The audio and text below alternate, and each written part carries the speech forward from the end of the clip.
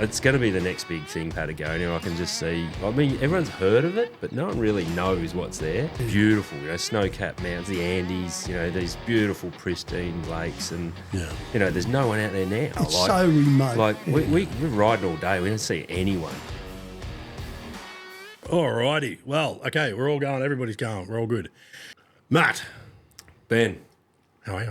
Good, mate. Yourself? Good. And Roothy. Hey, Ben. Ruthie's back. How are we? Good. I'm just holding his hand to show him where to get here. Yeah, well, you all keep your hands above the bloody table. We'll be all right. So I first heard about you from Roothy with the Nevermind adventure tours that you guys are doing. And when we sort of started chatting about that, the concept of getting you on to tell us a bit more about it was kind of like a no-brainer because it's fucking awesome.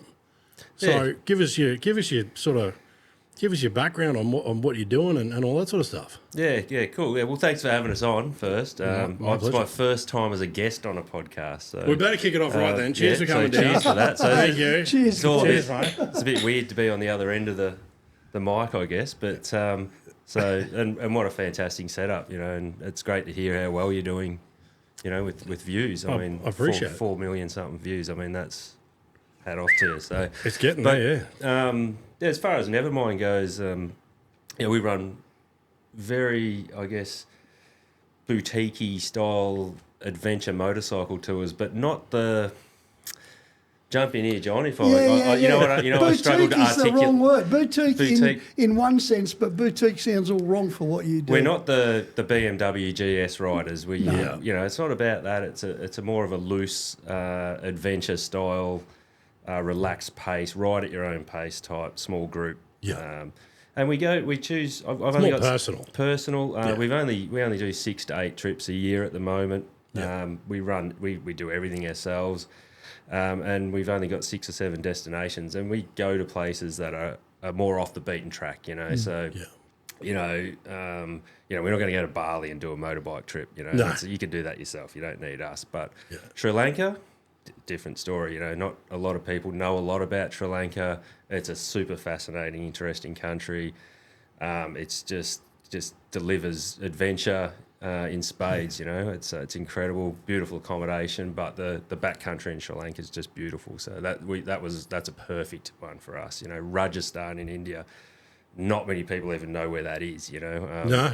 So it's a state. There's 32 states in India. It's in the far northwest of the country, on the Pakistan border. I call it the cultural heartland of India. It's the real deal when you go to India. And we also do the Himalayas, which is in India, the highest motorable roads. I think on that trip we do 4 of the highest roads in the world. That's like you're getting up around, like the air's getting thin up there. Yeah, we carry oxygen. Right. Yeah, holy shit. Yeah, right. You up to like 5,800 metres. Wow. Yeah, it's high. But the way we've set the ride up is, it's designed. I design all my own itineraries, research the crap out of them over years. So it's designed so by the time you get up to that altitude, you've acclimatised to it. Okay. So. Even I still get a bit of a headache up there, but it's pretty rare that anyone gets seriously crook. But we're obviously well prepared for that. In the event that someone does with oxygen cylinders, we know where the medical facilities are, and it's just simply a case of descending. You're up too high, you've gone up too quick, you get down quick. And it's become good. Is there any effect for the bikes? As far as the oxygen dropping down for the combustion side of it? Not so much these days with the new fuel-injected Royal Enfield Himalayans, which are the Himalayans designed for the Himalayas. So, right, okay. You don't notice it on them anymore. They've really engineered out that, the oxygen issues. But on the older models, so go back before COVID, back to 2015, 16, we were using a model called the Royal Enfield Bullet, which is modelled on the original sort of Royal Enfield bikes that used to come out of the UK in the 50s, carbureted, and absolutely, you get up that last couple of kilometres, you'd be first gear ringing its neck, and it's and it was a real challenge to get up just to the top. Whereas now it's a lot easier. The roads are a bit better, the bikes are better, but it's still just incredible. Like I've had grown men, Obviously, all of our customers are grown men or grown women. That was a stupid comment. I get what you mean. But actually, there's a guy, he's got one of your mates, Chris Stonehouse, and he's a big bloke. So he's 6'2", and he's 55 years old. He's construction worker, and I saw him stop about a kilometre from the highest point on that Himalayan trip, and I saw him stop just gazing out over a cliff edge, and I went back and I go, "You're right, mate. Is the altitude getting?" And he goes, and I could see he was crying. Yeah, I go, "What?"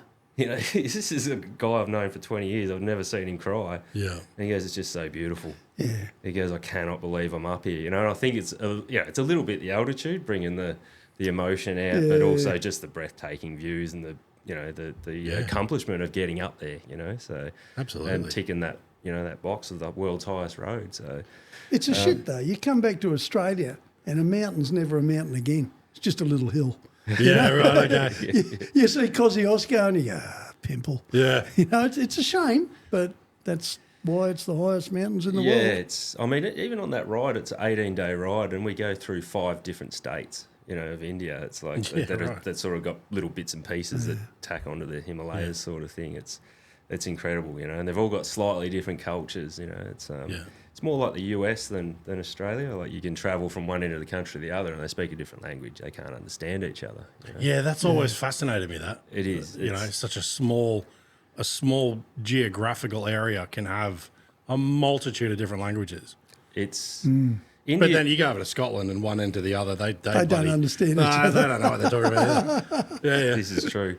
That's the Himalayas. We started Ireland a few years ago, which is, people were like, why Ireland? It doesn't really fit with your adventure style biking trips. But John will testify to it's an incredible place to ride a motorcycle.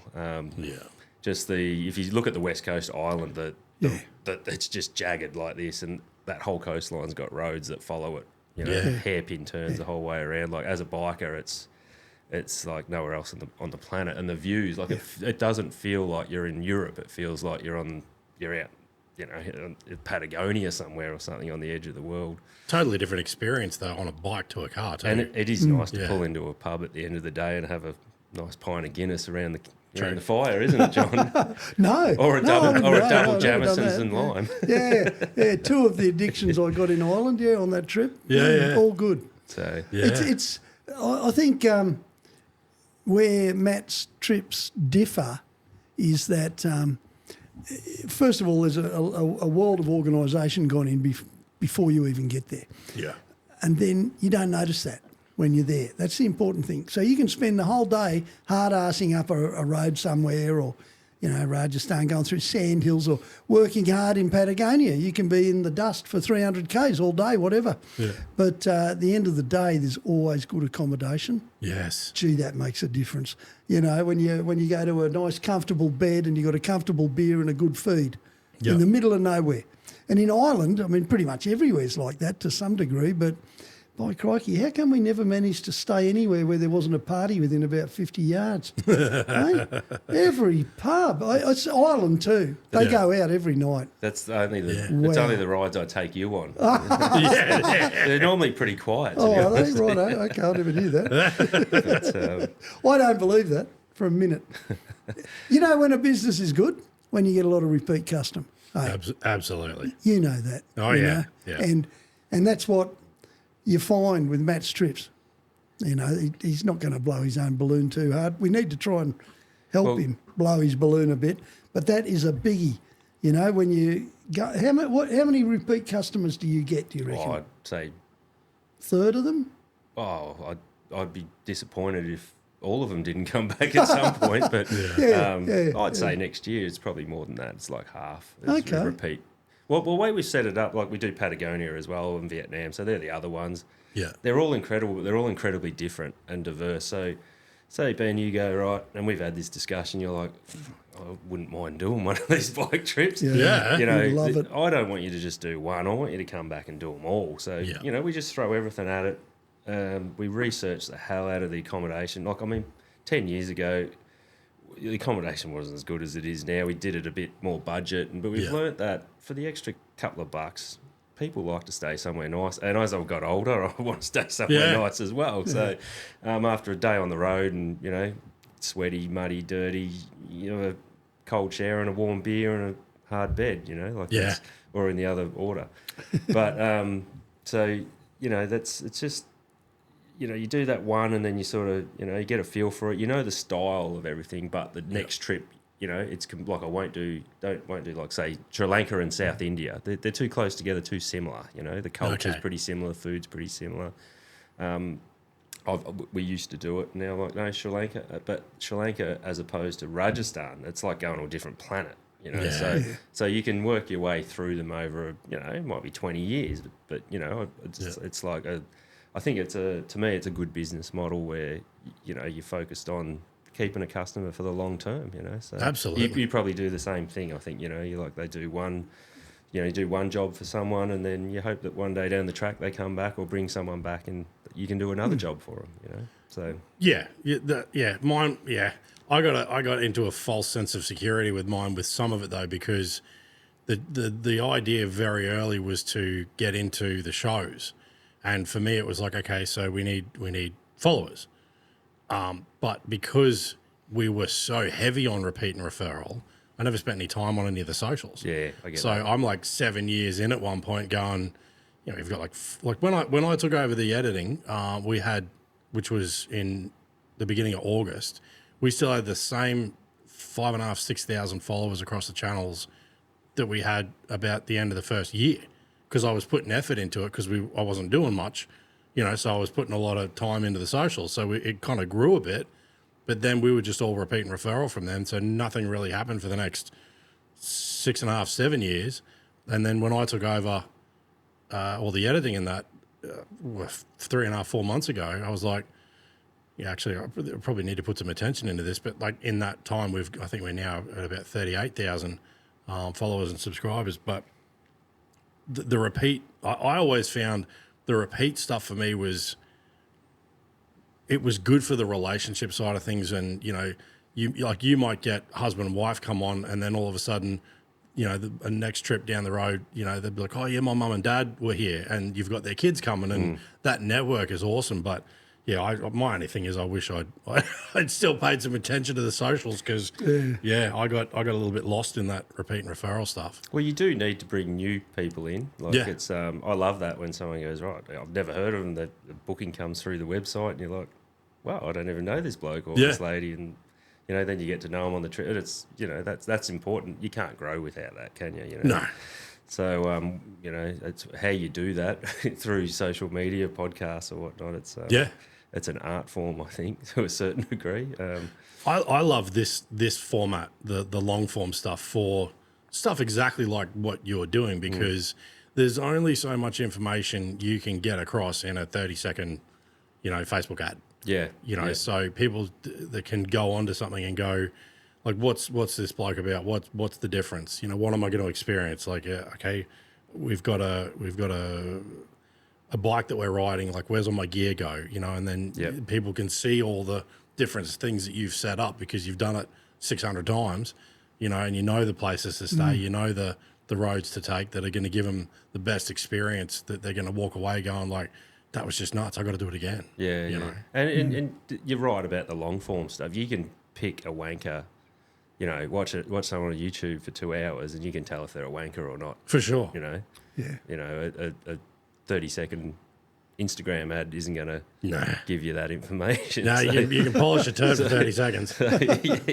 Yeah, I can't hide it for 2 hours, so we have to wind this up soon. But I guess what we're all about is making it feel like it's your adventure, and, you know, like, I've never been on a motorbike or any kind of tour in my life, but, you know, not everyone's got 3 to 6 months to go out and explore these countries and find these places. So if you've only got a couple of weeks and you want that, like, experience of, like, feeling like you've been gone for 6 months and you've discovered all this yourself and you're out on your own, that's kind of, we do that, but in a small group, you know. So that's kind of the vibe I've been trying to offer people, and I think we've been pretty good at it. Yeah. You've nailed it, I reckon. I mean, you know, I can speak sort of like as a customer, really, and also a customer who did heaps of this shit on his own years ago. Yeah. You know what I mean? Yeah. It probably made a life style out of it, really, going adventuring.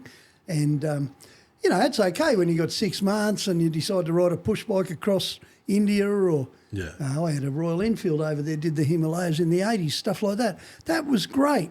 I was young. I had all the time in the world. It was cheap.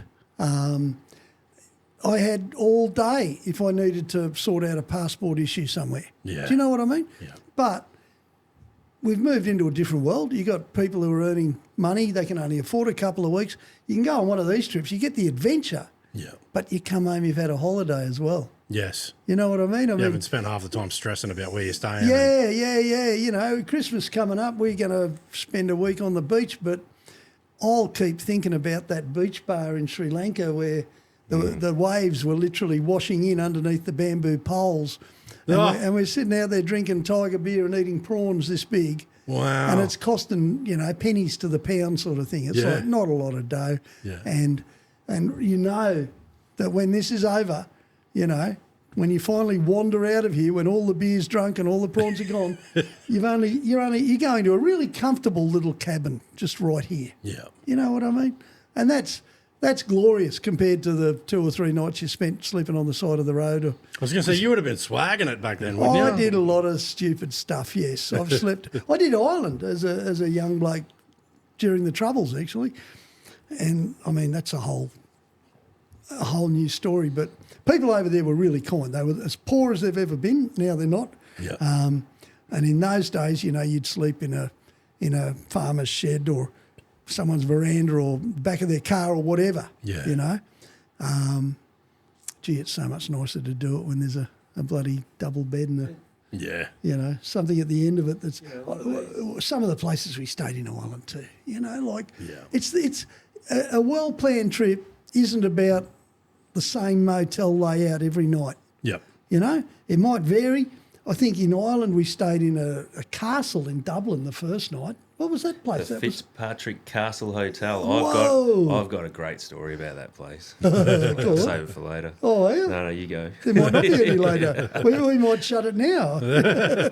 Yeah, and then, you know, we stayed in the oldest bloody hotel, some medieval hotel in Derry. Is it Derry where the singers come from? Oh, I don't know, Jesse. It's all just Belfast. a blur. Belfast? Belfast was pretty amazing.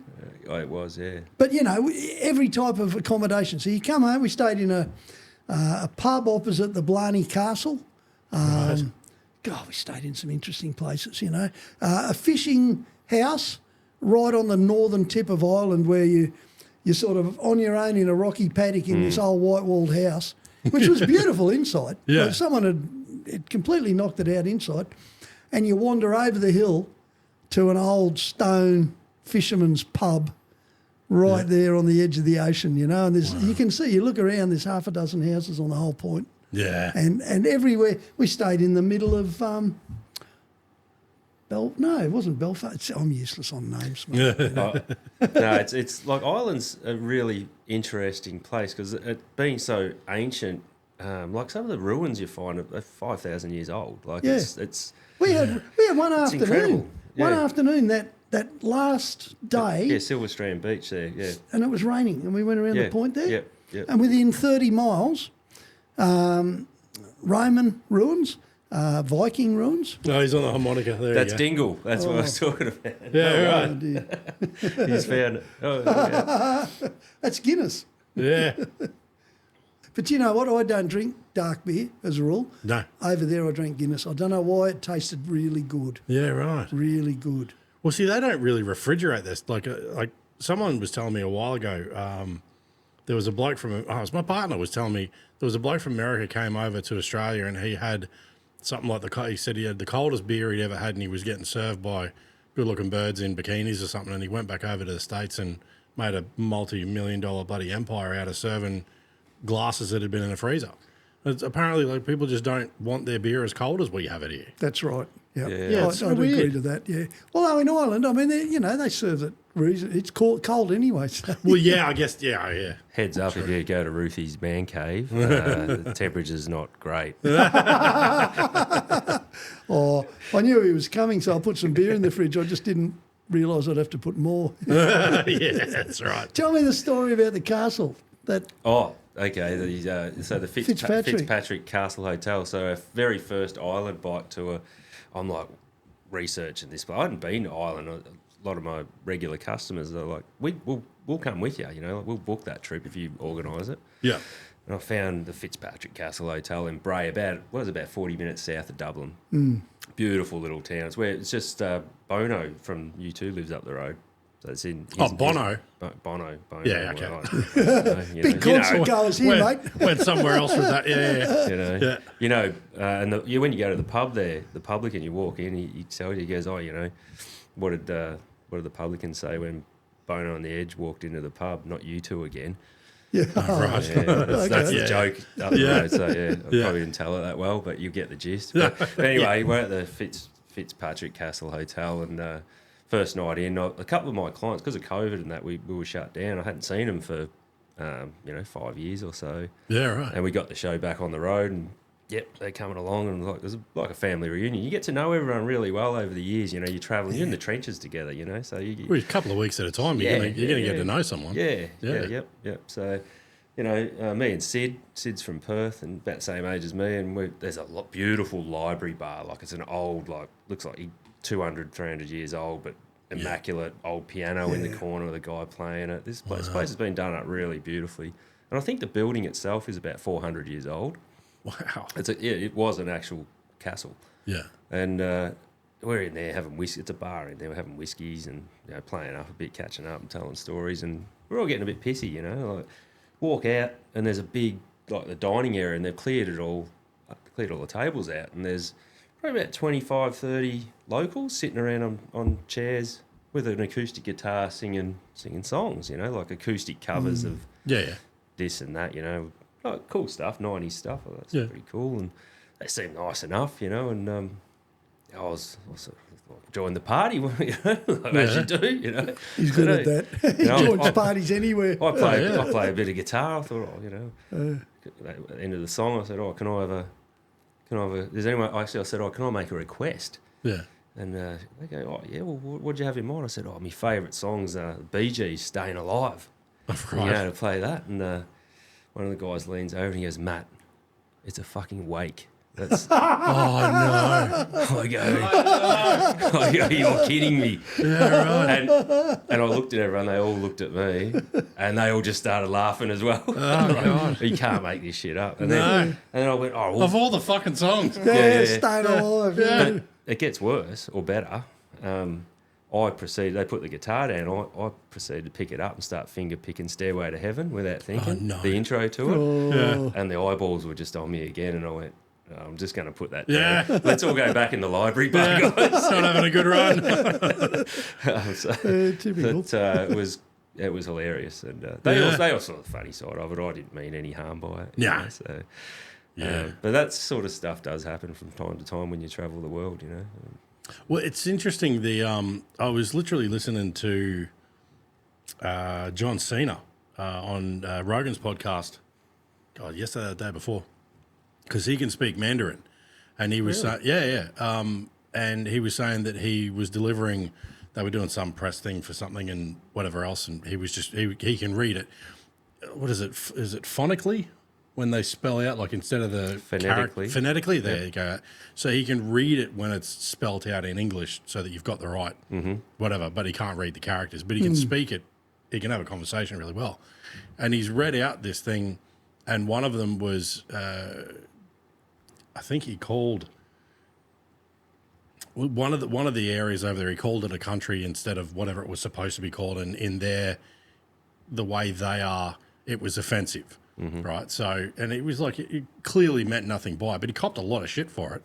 And it was just something that I found really interesting, that it's like you can go to somewhere and as much as you think, it's all sweet, but like there's that different tone to the culture that you can be just that little bit off, and it's like a whole different ball game, and like, I mean, obviously that's a wake. You didn't know that it was a funeral. Yeah, I'm a dickhead.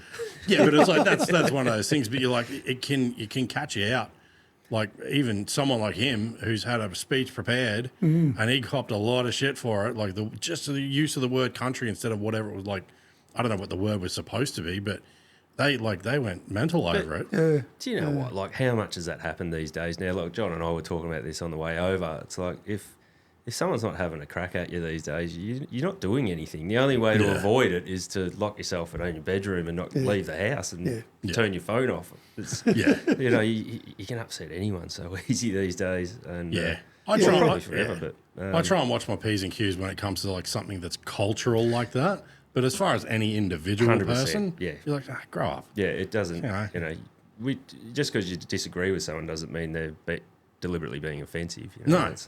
I had an interesting conversation with one of my Aboriginal mates. Okay. In fact, I'm wearing his shirt. Right. And this was over in the Kimberleys. And we were just talking about names. Yeah. You know, and you think about how many names we've got that we got from the Aboriginals, you know. Yeah, okay. And I'm talking to him about it, and I said, well, I can't remember what it's called. Willie Nugger or something. It's someplace out in the Kimberleys. And I said, what do you reckon that means? And he said, same as the rest of them, John. I said, what's that? And he said, fuck off, Whitey. Because if you think about it, what's that, mate? It's a kangaroo. No, what he's saying is kangaroo. Fuck off, Whitey. Fuck off. Get back on your boat and go. Yeah. Sorry. But it's the meaning of it. Yeah. You know? Yeah, and that, like, because I think I was talking to a bloke, it was actually a customer. We were talking about the podcast, and he was, whatever percentage it was, Aboriginal, and he was taking me through a lot of, like, Redcliffe and Kippering, and a lot of those names up there are original, like, names that I think, I hear Kippering, and I'm like, it's just Kippering, but that's actually an Aboriginal word. It's a sound. It's a sound. Which is, and again, it's like that cultural difference that you just... that little percentage that you can be off, and you get a whole different appreciation for something. But, you know, I think it's the same in English. We just don't notice. You know, if you think about it, you could say fuck off 3 different ways. And one of them comes with a punch in the head. Yes. You know? Yes. So it's, I think it's the same in any language. Yeah. I think intent matters. Yeah. If not, like, because you can call someone something that's not a swear word, but if it's got the right emphasis behind it, they still get the point. You're suggesting. Yeah, that's right. One of the things I love about what I do and getting to get to know these countries so intimately, and my guys, like my mechanics and drivers, you know, they become family because you're doing this year in, year out with these guys for decades, you know, and so you get to know them very well, but you learn their language and their slang. So like, you know, they would call us, like in India and the north of India, they call us Gora people, Gora. Right. And that's like a slang term for a white guy, a foreigner, you know, but it's not derogatory, but it's not nice either. Like they, you know, it's like that. It's their secret sort of like, the Gora, you know, and Sri Lankans do it as well. Yeah. Suda, they call us. It's like, you know, it's the stupid white guy over there. White person, I should say. You know, I think that, look, a lot of different cultures have probably had a lot of different shit experiences with white people coming through and fucking shit up. It's like I said, it's actually not only for a few thousand years. Well, that's probably it's not offensive at all. Like, but we joke about it. You know, it's like it's learning their little intricacies and slang and nicknames for each other and how they pay out on us. You know, it's you know, they're just as bad as anyone. You know, it all comes back to intent. You know, I don't mind being called anything. You put a few of them into them, and then it all comes out. You know? It's like if you think about the worst stuff you've probably ever been called was probably by a mate. Absolutely, you know, that's what it's about. But it's because the intent's fine. It doesn't matter. Like it's almost it's like a rite of passage in Australia. So it's like as long as you know, I think if you go anywhere and you've got the right intentions and you treat the place sort of respectfully. Like I know, I was watching something ages ago. It might have been one of the early American Chopper things, but Senior, all the guys went over to Abu Dhabi, I think, and there was something about he had to cover up all his tats if he went into a certain building. And you go, okay, like it's fine. It's a bit weird, but whatever. Like I don't understand why me as a person having something on my skin offends anybody, but if that's where we are, it's like, you know, that's what you do. Whatever, yeah. It doesn't matter where you are. Where you know this, all around the world, there's different customs, you know. Yeah. is it Thailand, places like that, you never show the bottoms of your feet to people. Oh, yeah, yeah. That's really rude. You never touch people on the head.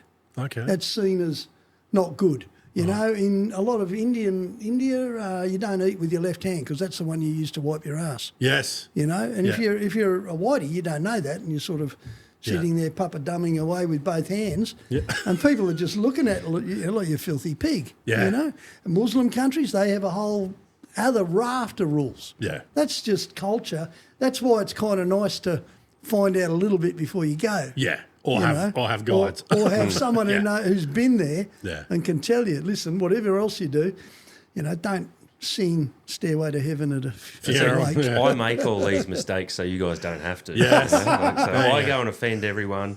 I go and do a trip, 10 years ago, I go and travel these places and upset the locals and everything, and then I know. You've worked it out. Yeah, good. Yeah, that's what you want. It's, because I think that's one of the things that stopped me doing a lot of travel has been, well, outside of Australia anyway, has been to a degree. I mean, like, I don't mind fear of the unknown when you kind of know the bones of the situation, but like when we had Kim on from the Australian Adventure Vehicles, he does all those big fit outs with like the big truck with the fucking house on the back of him kind of thing. Yeah. And he was telling us one spot he was parked up somewhere and someone, like had a gun outside the van and this, and I'm like, yeah, no, fuck that. No, I'm good. Like that for me is where I go, if I don't know that that's a possibility, like, and I just happen to end up there, like that's one of the things that makes me go, no, look, I'm not in English speaking countries. Because I figure if you get into a shit spot in an English speaking country, at least you can have a conversation. But if someone's outside your van or whatever, not speaking English with a weapon, you kind of go, yeah, this is fucked. Do you know, though, like I get where you're coming from, but I feel safer in a lot of those countries, like just as a culture and a race of people in India, Sri Lanka, a lot of these parts of the world, they're just not typically violent or aggressive people. Most people aren't throughout the world. We've got more of that here in Australia in a lot of ways. So it's a misconception in my experience, and I have done this for a long time and travelled these countries, and I've never had anything like that. I'm not saying it would never happen to me, but and you can put yourself in situations where it's more likely to happen. But You've got to know the local gist, haven't you? Yeah, I mean, and we got that here in Queensland. Yeah. If you go to a party somewhere near the CBD, if you want to talk about Trump, I mean, who knows why, but just say you did, well, you're probably going to say, he's an asshole, he's this, he's that, and he's ruining the place. Yeah. You go to Kingaroy and a party, and you probably won't mention him like that at all. No. Because people out there still love him. They love those perceptions. It's a bit like Pauline. We had this conversation before. You had Pauline on the podcast. Yeah. And I like a lot of what Pauline does because I'm a Queenslander and I've seen up close a lot of what she's on about. Yeah. I wouldn't say I go the whole way with her, but you can go down south. You can be in Melbourne and mention Pauline and get into a fight. Yeah. Because people are they don't get it. They don't see that there can be another point of view. So that's here, violence in Australia. So the best thing about going overseas is that you're a wide-eyed virgin wherever you go, to some degree. You know what I mean? More aware. Yeah, well, you're aware that you're not going to say anything stupid because you either can't speak the language or if you can, you just shut up. Don't give opinions you're not sure on, Yeah. It's never good to... and that's what I think you automatically find that when you go overseas. Travelling around Patagonia, there's parts of Argentina where you might see 2 or 3 1960s F100s with 3 wheels. Right. And they're still scraping around town with a stick under one axle or something. And, and it's dirt roads everywhere. I remember one place we went to down there, the local ambulance, which was also the fire truck and the police vehicle. So it had all 3 lots of signage on it. Right. And it was a 1969, 70 F100. Wow. Like with it was awesome. But the fact is there's not a lot of money there. So what do you not do? Don't complain about the local ambulance, police, fire truck. Yeah. Do you know what I mean? It's there was one town we went to down there where every car had a broken windscreen, which was no surprise because every road into the place had ghoulies this big on it. Yeah. You know? Yeah. And one of the boys said, it'd be a good place to open up a windscreen shop here. Remember that? Yeah. But what do? You don't talk about how many cars have got broken windscreens, do you? No. You're putting shit on people. It's way better off. I remember like the little shrines you see all over the world. There's shrines. Right. We don't really have the equivalent here in Australia. We have where someone died on the highway and someone erects a cross and puts some flowers around it or something. You know, that's nice. Yeah. But over there, Sri Lanka's a classic example, Buddhist country. Every time you come around a corner, there's a Buddhist shrine or a Buddha or something. You know. Well, and then in Patagonia, it was very heavily Catholic. Okay. So there's, Virgin Marys and crosses and shrines in the middle of nowhere where people just get off their donkey and have a little worship, Yeah, right. So the last thing you do is say anything about those, isn't it? Yeah. That's just common sense. If you can travel Australia, you can travel anywhere. It's really nice when you got someone bloody planning the accommodation at the end of the day, though. Yeah, I think that's definitely more my flavour. The other a big difference. Talking about the religious side, Yeah. like I see you've lost your. Is that from the Sri Lanka trip still? Well, I've just been there. So that's Well, there you go. That's prime. Roothy did Sri Lanka a year ago. So Yes. we do it in February, March and October every year. Because it's cooler over there then. It's more about the rainfall. Okay. So it's pretty much on the It's equator. right on so the equater. It doesn't get cool. No. But I mean, It gets in saying that, monsoons. up in the mountains, Yeah. the hilltops Cold up can be there. quite cool. But Yeah. it's more about dodging the monsoon rains. Yeah.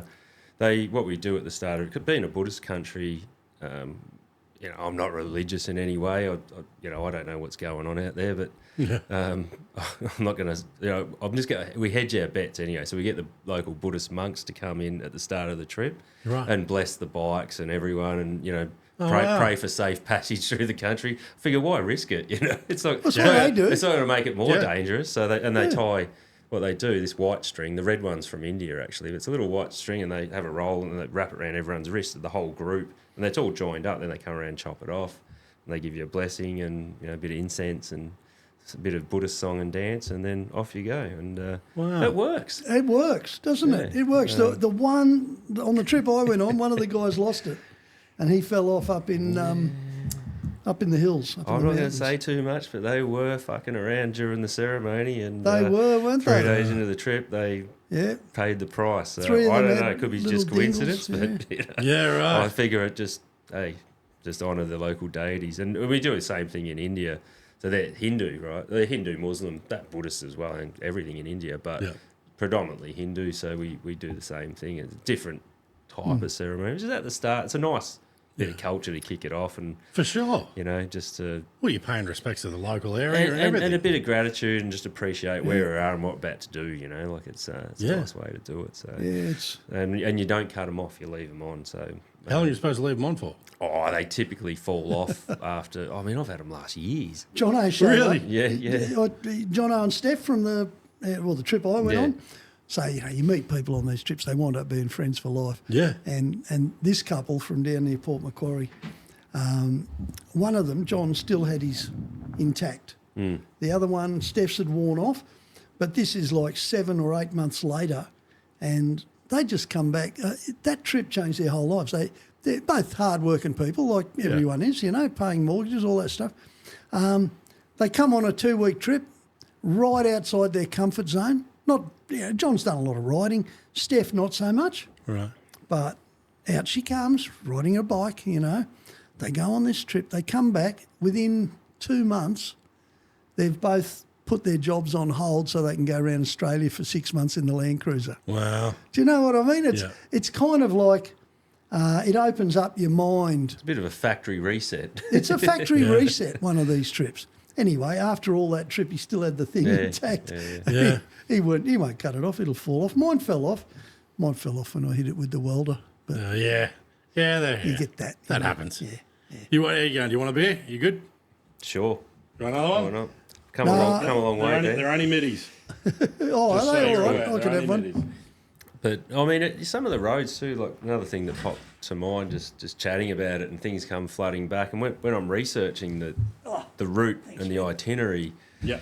you know, some of the history you come across. Like one of the roads we ride in the Himalayas, which I've never seen anyone else up there. Like every time we go through there, we're the only ones, and it's up through almost takes us into Kashmir. So Kashmir is a region that straddles Pakistan and India, and there's generally a bit of strife up there, but it's I've never had any problems there over the years. But it's more the Indian military Indians and the and locals. Pakistan, It's not directed at tourists, but there's this road. It's just a dirt track. You can get a 4B up along there, actually. Just saying.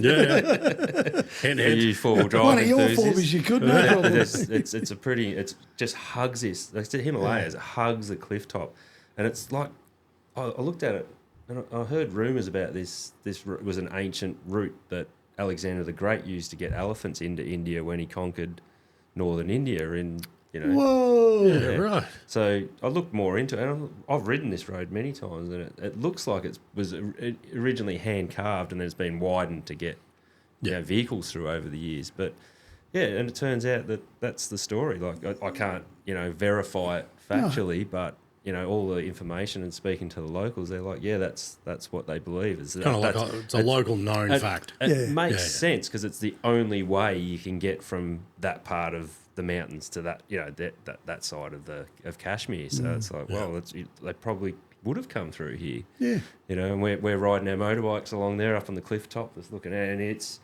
400 metres down and 400 metres up. It's incredible. It's lovely seeing what's left of the old British Raj. Okay. Like in Sri Lanka, because Sri Lanka was Ceylon. So that was where tea came from. And so that was a major, it's only a little island, you know, and that's where the British took over from the Portuguese. So you can still see remnants of Portuguese colony, Dutch colony, which we see on these trips, and then you get right up into the high country. And of course the Poms, wherever they were in the hot parts of the world, they always picked the coolest place for their holiday destination, Yeah. And so right in the middle of, what's the name of that? Nuwara Eliya. Nuwara, thank you for that. The hill station where they... Means fuck off Whitey. Anyway, right in the middle of Nuwara Eliya is the hill station racing club, which now you can only see the outskirts of it. So it's all still there, but, what else do the Poms do? They organise races. They have all these lovely English Victorian-looking villas all around, looking a bit ramshackle now. Yeah. But you can still see the remnants of the Raj. Yeah, wow. Which is just a blowout. And we went through, because you're travelling on a bike, you go places were cars don't go. Certainly tourist buses would never go. Yeah. So in the case of Sri Lanka, you know, we were going through the little, quite often sealed roads, sometimes dirt, which are a tuk-tuk wide as the table. Yeah. You know? Just a little two-seater. A little tuk-tuk two-seater, you know, three-wheel. Yeah. He's ridden one. That you should tell that story in a minute. Another story. Anyway, you go through these places, they got little medieval stone buildings with dirt floors on either side. What's that? That's Sri Lanka. That's Sri Lanka. Okay. That's just about 6 weeks ago. And that's up in a tea plantation? Yeah, that's up in the tea. That's up near Aurelia up there. That's what John's talking about. That's just one of the accommodation spots That's there? the little swimming hole, John, where you like to jump in your jocks. Yeah. Is that all fresh water or is that? Yeah, it's fresh water. That's a creek, yeah. We're just splashing around. But, you know, stinking hot day. That's one of the harder bits of track. Yeah, I was going to say that looks like it'll end bad quickly. To be honest, there's not a lot of that. Most of the ride in Sri Lanka is small tar, big. Yeah, that's a good roads, shot. But we do like to find a bit of mud every now and again just for a laugh. Wow. Yeah. And it's, being an island, I mean, half the time we were staying on beaches. Yeah. But I mean, it's a Sri Lanka. I don't think a lot of people appreciate how hard they've done it. They've just had massive floods.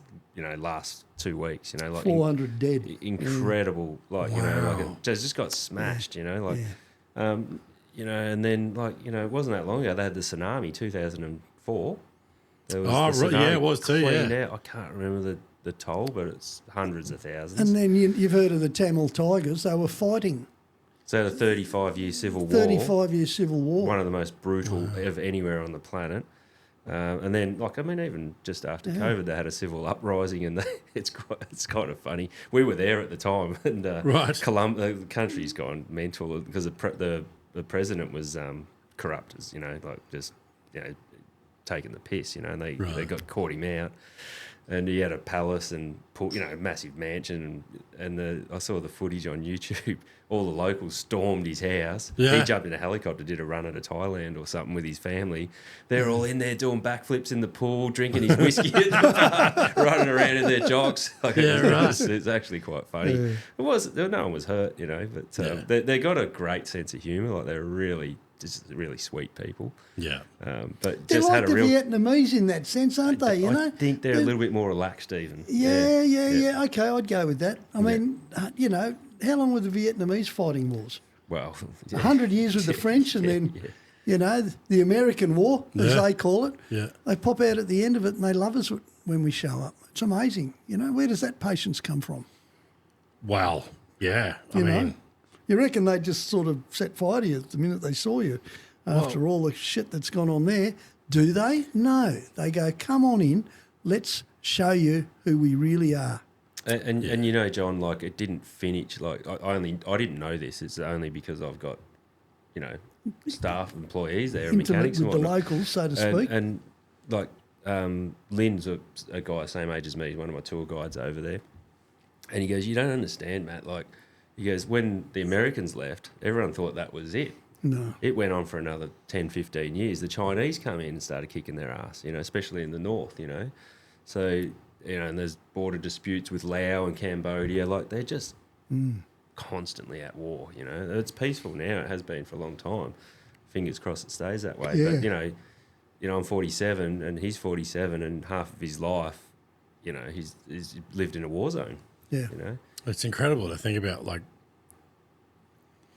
even recent history for someone like him is not, half his life is only 23 and a half years or whatever. Yeah. Ballparking it. But, half of his life has been in that. And then you take it to that next level back of, the track that Alexander took all the elephants, and somewhere in the middle of the castle that you stayed in that's now that hotel, and you sit back, do you ever get that when you're in those moments, in that castle that's 400 years old, or on a trail where Alexander the Great's come through, however long ago that was, and just go this particular spot X amount of years ago, the people that were here and what they were sort of doing, and the castle especially, because that's a little bit more modern sort of times with, were they having a dance, 400 years ago today? Was there a wedding? Yeah. What was people doing in that spot? It's amazing just to stop and think about it. That's what I mean. It's one of the great things about travelling. It's they say, I'm a fan of a bloke called Terence McKenna. He's big in the. I don't know if you heard of him, but he wrote a book called Food of the Gods. He's a researcher on psychedelic, magic mushrooms and stuff like that. Right. And he described travel as because he was a big proponent for using psychedelics for mental health issues and stuff like that. His lectures are great. He's on YouTube. I call him a philosopher, author. Died in the early 2000s, but he said travel, and I agree with this, it really hit the nail on the head, is the closest you can get to a psychedelic experience without taking drugs or medicine, Yeah, right. And those moments are when you do get that download, you go, whoa, there's a whole lot more going on around us than we will ever know, Yeah. And I think, that's that type of experience, so it's... When you get up the back road, you feel it, don't you? Oh, you do, yeah. When you're really back road touring in some of these places, and then you see that life hasn't changed. They might be riding a little Chinese bike now, but there's not a lot of difference. I mean, Not the that's surroundings, one of the things that I love the most because, outback Rajasthan's great for it. You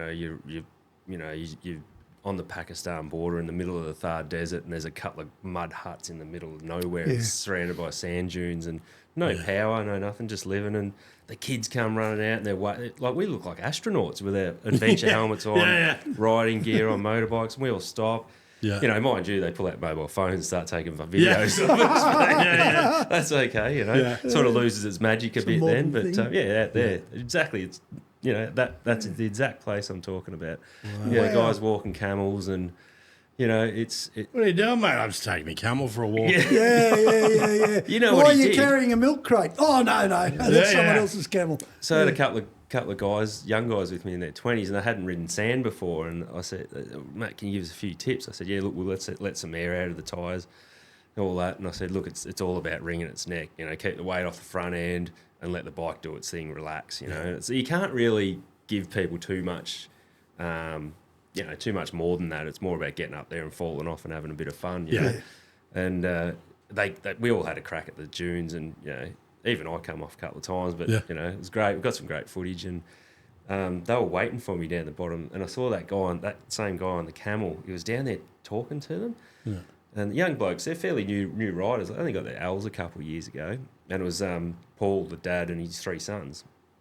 And I get back, and then they've gone back up in the dunes having another crack. And anyway, they've got stuck, and I've helped them get back down. I see 2 of them have ripped the tyres ripped off the rim. And I'm like, what's going on there? And they go, I don't know, like, just must have, you know, given it too much stick. And I'm like, but mine hasn't come off. I've been giving it way more stick than you guys. Yeah. And I go, what did that guy with the camel? What were you talking? They don't speak Hindi, and he didn't speak English. So they go, I don't know. He let a little bit more air out of our tyres. Anyway, I went and had a chat to him.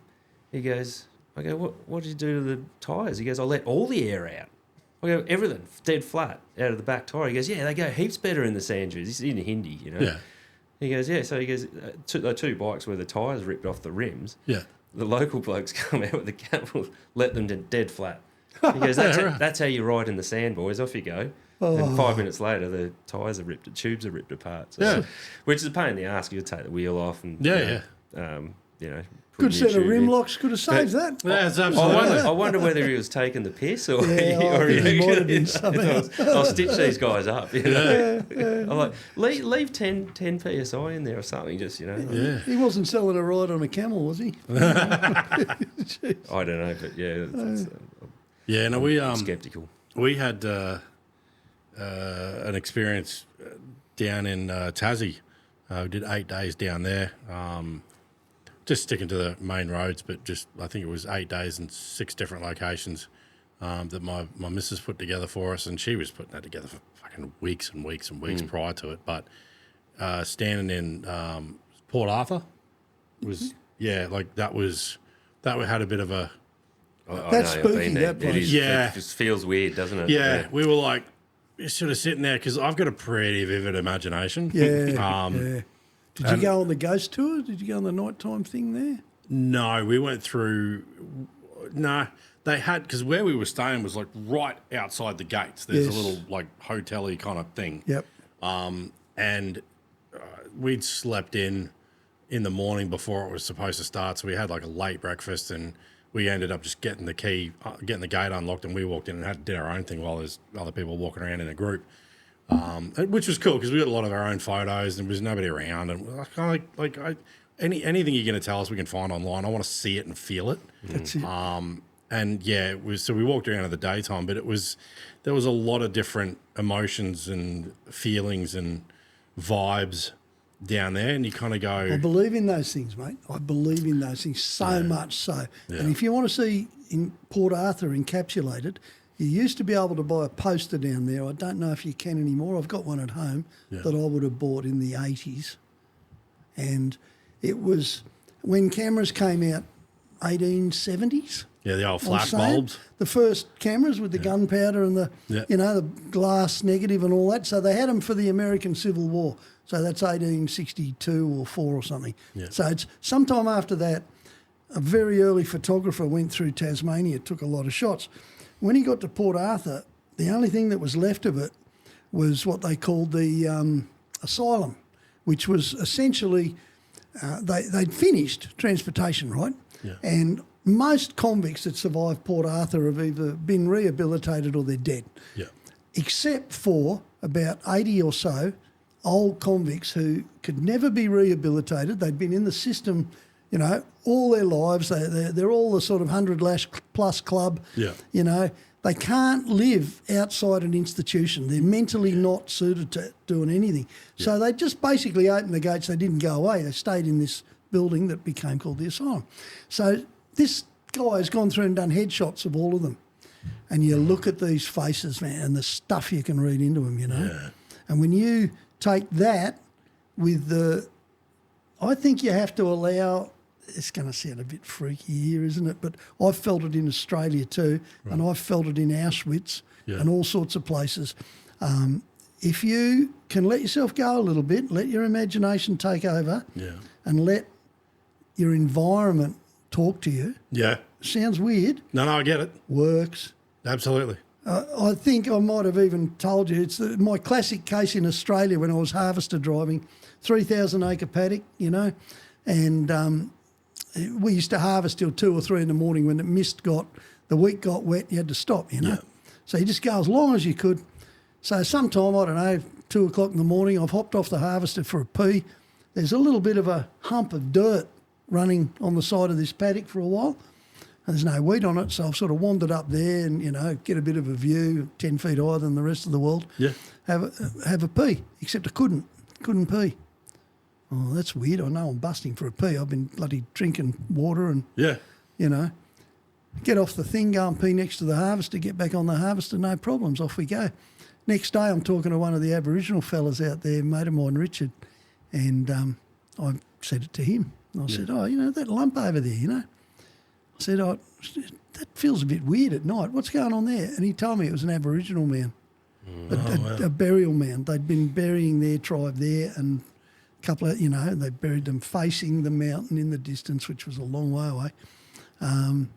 Felt spooky. Yeah. Auschwitz feels spooky. Yeah. Did you just say Auschwitz? Yeah. I was going to say, has anyone been there? Yeah, that's spooky, super That's spooky. another one with that same Port Arthur vibe. Yeah, and you don't know whether you've conjured it in your head or not. But then there's places that have got another vibe too. I've seen passion pools in the Kimberleys up here. Yeah. The Aboriginals have got words for them, but basically it means passion pools, which is because it's such a spring with some rocks and lovely water and nice plants, and you'll always get a feed there. It's a perfect place to take your girl, isn't it? Yeah, yeah. So they probably have been for like 60,000 years. Yeah. You know? And you get there and guess what? There's a loving feeling. It feels good. Yeah, there's always two sides to the coin, you know. If there's a negative, there's a negative or a positive. Yeah. But I think the asylum, I think we did the tour through that, and it had all the different, because the cell block stuff is mostly broken down. Yes. But the asylum was still pretty well intact, and I think it had on the outside of each door, it had the photo and a description of the person that was in it. Which would be the photo and the descriptions I've got on that big poster. Right, yeah. Well, these were all, and it was like, you went in there and you were like, you kind of look at it and just go, like, you don't know. I mean, obviously you can read the stories, but kind of by the time you've read the 10th one, you've lost in what the person did and how long they were here and whatever else. But there is a energy in that place. Now, you know, we're going down weird alleys here. I knew this had happened. That's what we do. Have you ever been to the Isle of the Dead, just off Port Arthur? Did you get to go there? No. Okay. So I don't even know if they still do tours to that, but it's just a little rocky outcrop. You can see it from Port Arthur. It's only a rowboat away. And that's where they used to bury everyone. Okay. You know, so the higher ground and the gravestones is what's left of the soldiers and office holders. And the rest of it's just lumps, and they quite often had mass burial shafts, you know, because it's rocky ground, there's not much of it. They'd dig one shaft and bury and bury and bury, you know, you get 8, 9, 10. Yeah. And they actually had a little shack out there, and there's a photo of it somewhere in all the old Port Arthur stuff. Yeah. And at that stage, it's just getting a bit of shrub back. So they knocked all the trees over at one stage, and then it started to grow back. Now it's quite well treed. Yeah. They had a shack over there where one convict lived freely as a gravedigger. Right, okay. You know, so he had, and they'd go nuts. They'd just go nuts. I mean, Because they're over there on their own. over there on their own, and usually they'd be nuts before they were sent there, probably. Oh, yeah. But they wouldn't come, they wouldn't want to come back either. Yeah. So I go to the Isle of the Dead first time sometime in the 80s, and I felt really weird Yeah. walking around. Like it is condensed lot of people buried in one place. Yeah. And anyway, I couldn't resist. I started picking leaves off the trees and berries and things and filling me pockets up. Right. And I brought it all back and I gave it to little Mick. Oh, yeah. And I said, I want to get a tattoo out of this. And so he burned it with meths, Yep. turned it into carbon, took the carbon off the inside of the funnel, mixed it into the ink and did a tattoo. Now, Yeah, right. in my mind, somehow that gives me a connection to another time and a whole bunch of people. Wow. Do you know what I mean? And Yeah, it's yeah. stupid. It's Oh, I get it. I wouldn't tell a psychiatrist that, you know. They'd, "Oh." Yeah. But you get it. I get it. Yeah, I get it. And there's lots of places like that in the world. You just have to open up to it. There Don't is. ya? There is. Yeah, I could go on and on all day about some of the places that I've been over the years, you know. Do you remember that pub where Butch Cassidy Yeah. and the Sundance Kid Yep. wound up? Yep. Now, Just- what's just the name of that? Oh, I can't remember off the top of my head, but it's just outside. It's between Al Charlton, Mount Fitzroy, Yes. in the far south of Patagonia. So I don't know if you've seen the movie Butch Cassidy's Sundance Kid. That's about a train robber. Probably a It's a long true time story. ago. That, yeah, that they were on the run from the cops Right. in the States, and they took off down to Patagonia to escape it. But Yeah. the US just, the coppers wouldn't give up. They chased him for years and years. And Yeah. you know, this is in the 1800s. They're basically cowboys, and there's a lot of the little huts and that they built to live in along the way. And it's remote now. It's like, so remote. Like we're riding all day. We don't see anyone. You know, it's beautiful. You know, snow-capped mountains, the Andes. You know, these beautiful pristine lakes, and Yeah. you know, there's no one out there now. Like it's going to be the next big thing, Patagonia. I can just see when people find out about it. I mean, everyone's heard of it, but no one really knows what's there.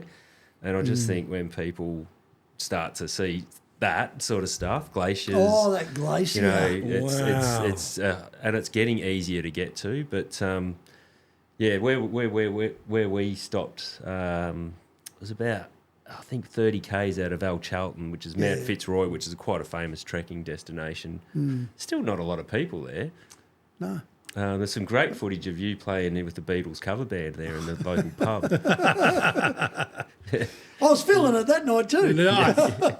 Nice. The old tattoos were singing. Yeah, I mean, El Calafate, that's Puerto Moreno Glacier. It's the only glacier in the world that's still growing. Yeah. And that ice wall Yeah. is 7 kilometres thick. Like, goes down. I think the front from the top to the water is about 700 metres, and it goes down at its deepest point, 7 kilometres. The face of that is 700 metres tall. Yeah. I believe so, but Yeah, I do it know would that be. it's, It doesn't look it because we're looking from the other side, but sometimes, well, they didn't allow boats that close, did they? But sometimes you they see get a boat in sort the of, shot. yeah, no, they do take little Yeah. like sightseeing boats out there Yeah. as well. So it's huge. Like, it doesn't do it justice. No. Do you jump on Google Maps and look at? There, you see the fall there? So that's we called saw, calving. Yeah, we saw a fall. They happen fairly regularly, but what blew me away was the noise. I've never seen a glacier up front, Right. you know, and The crack and crack. yeah. Man, when that ice falls away, and then see that blue ice down the bottom? Yep. Well, you see that right down the river. So we're riding up this valley, which could have been west of Roma. It was just flat and dry and dusty looking. Yeah. And you look over at the river, hey, some silly bastards put a bloody plastic bag sculpture out there. Look at that, you know? Yeah. Why did they do that? It's because there's a dirty great lump of ice floating down the river. You Yeah. know, miles away from the glacier, but Why is it blue? Have you ever heard of a who guanaco? knows? It's blue. Oh, blue's to do with the minerals, right? So So glaciers actually moving down from the mountaintop. So that it's not snow. It's not that cold there where that is. It's probably 10, 12 degrees air temperature. Sun was shining, jumper and leather jacket. Yeah. But these glaciers, they carve out most of the valleys and that up in those mountains. So they're moving very, very slowly, like millimeters a year, but over billions of years they carve. But they pick up calcium, magnesium, minerals, that sort of stuff, and that gives them that blue tinge in the ice. Yeah. So the way the sunlight refracts off the minerals in the water. Yeah, right. I wondered that one day, so I googled it. He's the tour guide, so he has to know that. You don't know something, you make it up. It sounds pretty. What's plausible. the name of that animal? The guanaco. Have you ever seen a guanaco? No. It's a Bring it up. Can you get a guanaco? A guanaco. Come on, So Sean. they're the kangaroos of Patagonia. So right. You see them everywhere. You see them hung animal. up in the fences. They look a bit like how would you describe it? A bit like a they're a camelid. Camelid. What's that? That's like Part of the a camel family? alpaca, llama. Is that it there? They That's a young farm one. them there now, but they're running around in the wild. That's a baby. Well, you said the bloody So Patagonia this is kangaroo. I went down a completely different fucking path. But they can jump like 2-3 meters, no worries, over all the fences. Yeah, right. They're a funny looking animal. So we're having dinner there, and there was a wedding on at the same time, and that's at the end of the celebration, and we got chatting to the locals, and one of them said, "I'm a guanaco farmer. Right. Do you want to see one?" And we're like, well, we'd seen heaps of them. He goes, "I'll be back in a minute." He had one out in the back of his ute, and he brought it into the restaurant so that we could take pictures of it. But they're very cute cute. little They thing. are cute. Yeah. Oh, that's the little ones. The big ones are big. They're When they big. run across the road, The size of a small horse. like you'd want a rhubarb that went over the car. I tell you what surprised me. There was I knew moose could get big. Oh yeah. But there was something online not that long ago of this full-blown Big Daddy moose next to whatever the version of a four-wheel drive was over there, and it dwarfed it. It was huge. I shit bricks the first time I saw a full-size moose. I couldn't believe it. That was in Finland, Yeah, and I the I antlers. couldn't believe it. The antlers on the thing were it was like the side of a fucking bus display. It was mental. Yeah. You hear him go, "Oh yeah, it's a big moose, this inch, whatever," and when they're dealing with stags and going hunting and stuff. But you get an actual, because when you see one walking, you go, "Okay, yeah, it's big." But when you see it next to a car, Next to a It's car. hard to believe. that's just no. Speaking of freaky animals, another Patagonian, well, not Patagonian, but Argentinian animal. I've got a hat made out of one of these things, actually. It's called a capybara. Capybara, yeah. Capybara. It's a fucking guinea pig about the size of it's a giant. Yeah. Have you heard of them? Yeah, they're a cross between like a badger and and like a guinea pig. They got the big teeth that stick out the front. Like a wombat and a beaver. Yeah. I've seen They're some of them. freaky. Yeah. So we were in a shop in one of the country towns in Patagonia, and they got these nice little sort of slouch hats. Right. Funny material, it's kind of leather, but I was like, talking. It wasn't cheap, a couple $100. I was talking to the shop owner. He goes, "It fits you good." And I go, "I'm not paying that for a hat that I'm never going to wear." He goes, "Matt," he goes, "they're illegal now. You're not allowed to make them anymore." He goes, "That's the last two that I know of in the country." Oh wow. Fucking give me one, mate. Yeah. Then he walks out the back and grabs the box. yeah, it's smart. Oh no, it was the last two. I found it. I don't know what happened. I'm going back in a couple of weeks. So If he's got another one. yeah. That's a cool hat. Yeah, it's a cool hat. You were there. Yeah, bloody oath. Oh, It's yeah. made out of capybara skin. So it used to be famous for hat making leather. Yeah. It's like wearing a barramundi hat up in the territory, Right. You got to be cool. Yeah. I think the biggest surprise I've ever had was how I felt riding along on a motorbike when that elephant walked out in front of us. Oh, that's God. That we worry about wombats and koalas and stuff. I think you told us I would about have told this. you that, yeah. Yeah, but you never went into the story. It was just that you were you nearly got bowled over, or something happened with an elephant. They're just riding along and, jungle on both sides of the road, sealed road. Hadn't seen a lot of traffic. Next minute, elephant just come out. So we're on in the front of us. southeast coast of Sri Lanka. Yeah. The largest national park in Sri Lanka is Yala National Park. We stay inside the park in a it's a hotel Yeah. for the night, and then we found a little back road, sealed road through the. So that this is yes, but we jump in the jeeps in the afternoon when we first get there and go out that's into Jeep the park wildlife spotting. But we found this little back road and thought, we'll go this way out instead of round on the main road, and pretty much had that experience, but on the motorbikes. On motorbikes. There's Oh, three. mate's backing up. There's three of them. Oh, you there. do? Well, anyway, I've pulled up. I've gone. This is to a leader. The gods are looking after me today. These guys are they're gonna kiss my ass tonight. Right. Seeing wild elephants on the open road on the bikes. Anyway, the elephants are on the road, so we stopped and we're taking photos and that. It's time to go. I'm thinking, who's going first, right? You got 12, 15 Royal Enfields, trying to get around an elephant. And you're not sure. It's a wild elephant. Yeah. And there's a local bloke with his missus on the back of his scooter with a milk crate with some chickens in it. I pull up next to him. I go, you go first. He goes, no, you go first. This is a local bloke. Yeah. I go, this is it. And he goes, this is a local. And he goes, we'll wait for a truck to go past and then we'll both go. Yeah, right. A truck come past and we'll just scoot it past. The elephants didn't give a shit. They were fine. And now we go that way every ride. And we see them there. I reckon it's probably the same 3 or 4 elephants to come out and put on a bit of a show for us. I do wonder about that, whether they... Yeah, well, they're just a beautiful... If they've never had any kind of shit experience with people, like they're not going to be bothered by something they could squash. You'd hope. You'd hope. But there's that fact that they can squash it. Yeah. So you wouldn't want to... Actually, there was a bus come along the other way. Remember that? Yeah, he was an arsehole. He was an arsehole, wasn't he? Run him off the road. He was trying to push him off the road. It is a problem because there is something like 7,000 wild elephants in Sri Lanka. Yeah. And obviously the population's growing and they're encroaching into the rice farmers and they're encroaching into the elephant habitat. Yeah. Elephants are getting hungry, coming in and destroying the crops, so the locals are killing the elephants. Oh, really? So it's getting a bit nasty like that. And even on the train lines, there's something like, 30, 40 a year they're hit by trains. Wow. See the motorbikes in that? It's like going on tour in the 1950s in England. Yeah. All big single, Enfields. They're lovely things. Perfect for that country too. Yeah, see, that's awesome. Yeah, it was. Isn't there tigers over there?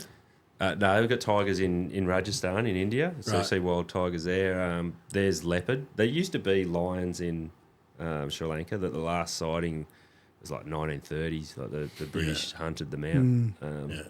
So the Sri Lankan lion's extinct as far as we know.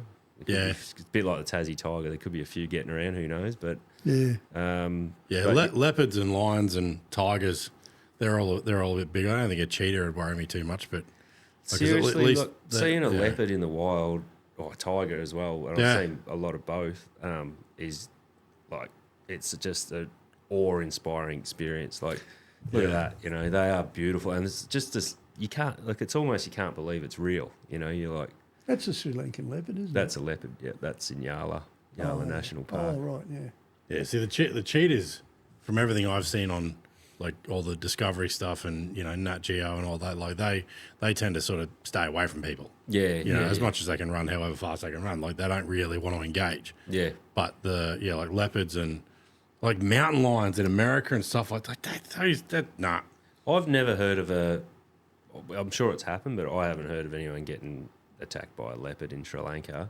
Okay. I've heard, even tigers in India now, like occasionally, particularly in like the, in the, what's it called? It's near Calcutta. There's an area. It's all floodplain where I think it's not it might be where the Ganges comes out into the ocean. It's a really wild area, but there's villagers living on the mud flats and stuff, and the tigers can swim there. You might have seen it on. Yeah, okay. I've been there, but I haven't really explored it that well. But I hear the tigers sometimes creep into the locals. That occasionally, like every couple of years, and take a local for dinner. So to speak. But it's very rare, It's just that's the world we live in. That's nature. Oh, and look, get out there and see it while you can, because nature's biggest enemy is us, isn't it? And that's not AI generated either. That's all. Yeah. Yes. Let's be very clear about that. Yeah, that's one thing I'd love to experience at some point would be because the TVs and the sound systems don't do it justice, is the that night. Well, I don't even know if it's night, but when the lions are out marking their territory, like the roars and that. Heard that. Apparently, just goes through you like bass. Yeah. You know, like I was on an opposite lock trip once. Right. It wasn't opposite. Well, opposite lock sent me, but it was Front Runner. Front Right. Runner's an African company, right? Okay. So they know South Africa inside and out. And anyway, so we go over there, we look at the factory, we look at the warehouse, we talk to all the people, all that stuff. Now we're going out into the desert, you know. Yeah. We're going out into Botswana, we're going to go spotting tigers and all this stuff. And they love it. You know, if you ever see South Africans in Australia, they're probably travelling the bush. Right. You know, because that is part of their makeup. And they just love their bush. So they love four-wheel driving, they love camping. They're probably the only people on earth who do it to the level we do it in a whole lot of ways, apart from just vehicle prep, but, you know, all the way through, seriously going bush for a few weeks or something. Yeah. So we go out in the middle of this park and we're all issued with... Himalayas. Oh, yeah. Yeah, how good is that? We're all issued with a one-man nylon tent, you know, and a sleeping bag and a sleeping mat, and you put your tents out at night, and, like, you know, the smart blokes are sort of thinking, I'll get 2 tents between me and the bush. Absolutely. You know? Lions come out Oh, fuck, here we go. at night making the noise. Yeah. One of the guys in one of the tents had a lion brush right up next to the tent and sniff it. Now, apparently the nylon is enough. This is what they tell you. But you don't believe it, do you? Yeah. And he's just lying there in his sleeping bag and he can see this lion Like silhouette. pushing into the tent, rubbing across the back of the tent. Yeah, man, we heard him roar that night and that was phenomenal. Never saw one. I didn't personally see one. Yeah. But they're good at hiding, aren't they, otherwise? Well, yeah. You know? That's the problem. They live there, we don't. They're Yeah. good at hiding. But, yeah, man, got to see the world. Get Yeah. those close calls. I think Jamie was telling us about one of the action trips. They were up north somewhere, and when they woke up in the morning, because they were like on the beach, and when they woke up in the morning between two of the tents, there was a croc slide down to the water. Yeah, fuck off. No, Rooftop tents. Yes, yeah, absolutely, or guides and hotels. You know? Well, this is what an idiot I am, and let's talk about going out and doing the stupid thing so you guys don't have to. When I was probably about 2021, I was travelling through southern Africa, just hitchhiking actually. Yeah. Good thing to do. It's another story, but I was in Botswana and.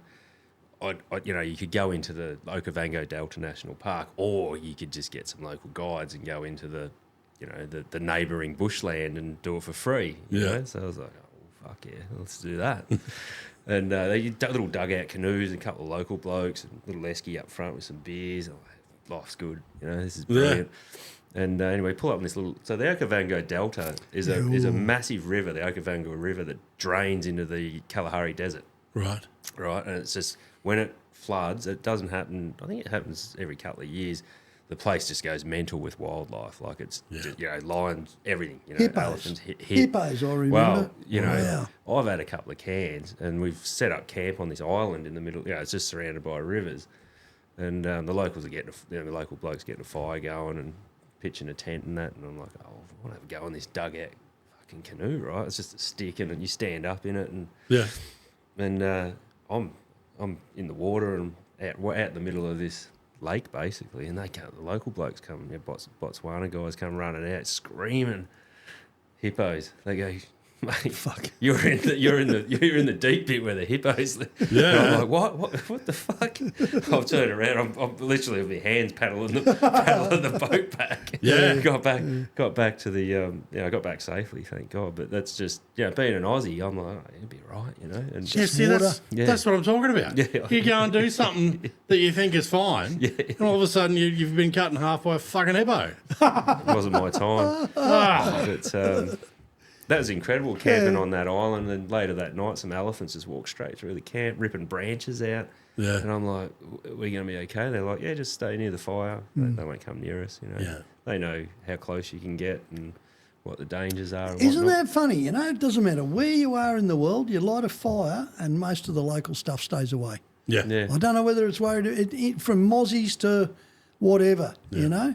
I had this discussion with Karen. We were camping a few weeks ago, and this bloody great monitor about yay long, big lizard come through, you know, and he's just shot up the tree.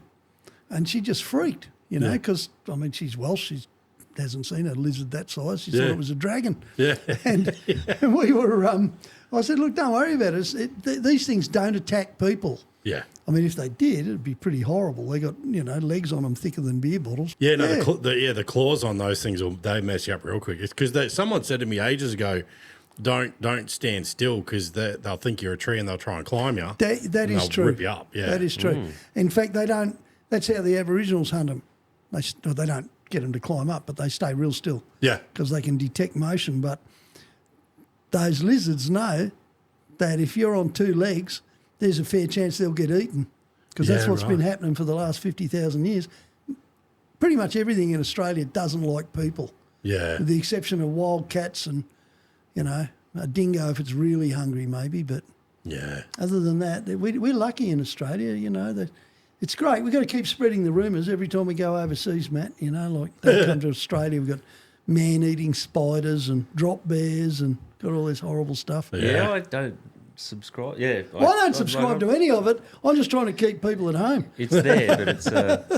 You know, yeah. it's getting But pretty isn't busy out there. Argentina an undiscovered gem? Oh. Like, You know, because you think of Argentina and you probably think of Don't Cry for Me, Argentina. And, and you know, this tiny little bit of civilization right up the north. Yeah. And you might think about ex-Nazis and a few other things. There's a lot of stories in Argentina. But when you get there, man, you know, once you get south of Buenos Aires, it's just bloody wild country. Miles and miles and miles of it. It's got a lot in common with us, you know. A lot in common. Think Australia, you know, we got all the action on the coast. Yeah. Well, Argentina's tipped on its end, and as you go down the tail, there's just nothing going on. Australia, that instead of getting colonised by the English, we got colonised by the Spanish. Yeah. Yeah, okay. Which nearly Be happened. cool as. We'd be speaking Spanish, drinking tequila, doing the tango, dancing the tango. Yeah. But they do food so well, like meat, beef, steak, like the best steak I've ever had. Like I thought we did it well, and we do, but they got something else going on over there. I don't know. They just love meat. Yeah. Chicken is a vegetable. It's just like South Africa. You know? Yeah, right. You know, you get a great big lump of steak and a couple of bits of chicken on the side. And they love a coal barbecue. Yeah, right. You know, a grill on the coal barbecue. And, their cows are good. You know. Well, I mean, like a lot of other cultures, like when if I do a steak, I'm like barbecue, like salt, pepper. That's about all it gets. Yeah. No pepper, they just salt.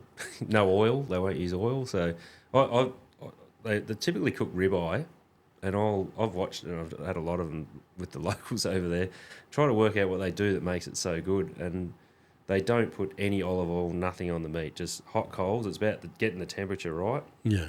And they salt it, both sides, fair bit of salt, and that's it. And it's barely cooked, you know, and it's incredible. And I cook like that at home now. There you go. Couple of ribeye steaks. Seba, he's our main man, our mechanic and support vehicle driver. Yeah, I was going to say that other cultures use a lot of spices and stuff, but sometimes if they're not they even don't. doing that, right. Sometimes they don't. I did see something. I don't know if you'll be able to find this, Shawnee, but there's you know your old waffle irons that you used to have with the and you stick them in the fire. What's this used to? Some of us still have. Well, you know, Use like them a lot. I haven't bought one in forever, but there's a bloke that had one of these, and it was like that shape, but it was like your rod grill, you know, that your grills. I don't know what else you'd call it. Like it's like a grid. It's a grid. Yeah, it's like on a both grill. sides. Yeah, and you stick and you can just sit Put it your over the fish in fire it or your steak or and you just flip it, but it puts the char in it and it's got the open fire. You don't need the plate. I was like, fuck, I've never seen one. They've probably been around for forever, but I've never seen one of them. And I was like, that's fucking brilliant. Genius. Because you're getting like the proper flame grill. But you got to get it right. That's the thing, you know. Like I didn't think you could screw up a barbecue because I'm Australian, you know. We're all Australian. You kind of know how to do it. Yeah. I went to a barbecue in England once where the guy said, we're going to have a barbecue because you're here, you know. Right. So, this is great. What are we having? Oh, lamb chops. Well, I watched him kill those lamb chops. You know, they were black and pink and they just weren't right. Right. And I think it's a cultural thing, being able to cook meat on an open fire. You know, I think we understand it better than a lot of people. Well, really. it's just part of the culture. Yeah, it is. It's part of our culture. Barbecue only started taking off in the States. They used to think that's how the Negroes down south would cook. They did barbecue, but it wasn't called that, you know. And that's because they were throwing a pig on a fire, basically. Yeah. But then Paul Hogan started Crocodile Dundee. shrimp on a barbie. Yeah. I mean, that guy did more for Australia in the 80s than anywhere. $7. That's kind of like it. Yeah. Yeah, yeah. And he's the one who got that term going. They didn't call it that before that. So I don't know where it came from. I'm pretty sure. They didn't call it a barbecue before that. Not as far as I'm aware. Wow. No. They think they do. You know, if you ask them, they'll tell you. Yeah, well. You know, the Yanks. It makes you think, what is the origin of that word? It doesn't seem to relate to anything. No, it doesn't, does it? No. I quite often think about stuff like that and put it into ChatGPT and go, what's the origin of this word? And you get all sorts of... Language is a funny thing. Like it could go back 300 years. I got a theory on the language side of things because the if you look at it, because this goes across religion and stuff as well. If you look at the word apple and I don't even know how many different languages there are in the world, but let's just make it really round numbers and say that there's 1,000. So there's 1,000 different ways that our mouths move to make a noise to describe that thing. And if you look at something as simple as Chinese whispers and do it with 20 people, you get to the end of 20 renditions of that sentence, it's always fucked up. So if you take the concept that there's 1,000 different ways to say that word and you times by multiple different generations, the word God or universe or whatever could all have the same origin story, but it's just over time and over the stories being told and over the different language conversions, it's ended up 1,000 different versions of that Chinese Whispers original story. Because it's like, I think there's a lot, I mean, not all of it, you know, there's some religious things out there that are not what I would call great, but, you know, the concept of having... For example? I'm not fucking walking into that one. Come on, say it. I don't think that it's more important to have a belief in some ways than what you believe in, you know, because it gives us some foundation to something that's bigger than us, whether it's the universe or you know, God or whatever people want to call it. But, you know, I like when the concept of going over, like what you guys did with that, you know, blessing the tour, you know, with the Buddhists and all that sort of stuff, because there's a lot of those things. I think we were joking about this, you know, they don't want to step on an ant because they might come back as one kind of thing. Yeah. You know, so there's like there's some parts of it that... Yeah, just don't do it. Why risk it? Well, yeah, you know, but there's some parts of it in our culture and my personality go, that's a bit different, whatever, you know, like it's not something I subscribe to, but just getting out there and getting amongst a lot more of that culture and experiences and, you know, just casting your eyes across things like the top of that, the Himalayas where old mate was tearing up and stuff. It's like, you know, there's a lot out there. I think... You know, there's lots of things they say about travel, but one of them is that it broadens your mind. It really does, you know. Even travelling in the bush in Australia. Yeah. It brings you to realisations about yourself. And I don't know, I spent a lot of time with Aboriginals from when I was a kid. Yeah. And I believe I would like to wind it right the way back, to be honest, you know. Most early religions all over the world were animists. I'll smash your phone right now. Smash my phone. Man. I don't need it. I don't need Chat GPAI or whatever to tell me you want to about wind it my back. views on There's religion. no porn. There's no nothing. That's it. It's all, What, no porn? nothing. Oh, well, I'm out. Sorry. But, you know, animists, and I don't know if you... Basic religion is animism, right? Which is you believe in the power of the rocks and the trees. Everything is an animal. We're all animals. You know? Animals are animals, rocks, trees, hills, special places. It's all part of the same universe. It all talks to each other. That's why you get special places and everything else. And then over the years, because we're smart, you know, we're really clever, us people, we learned to talk another language wherever we were, whatever.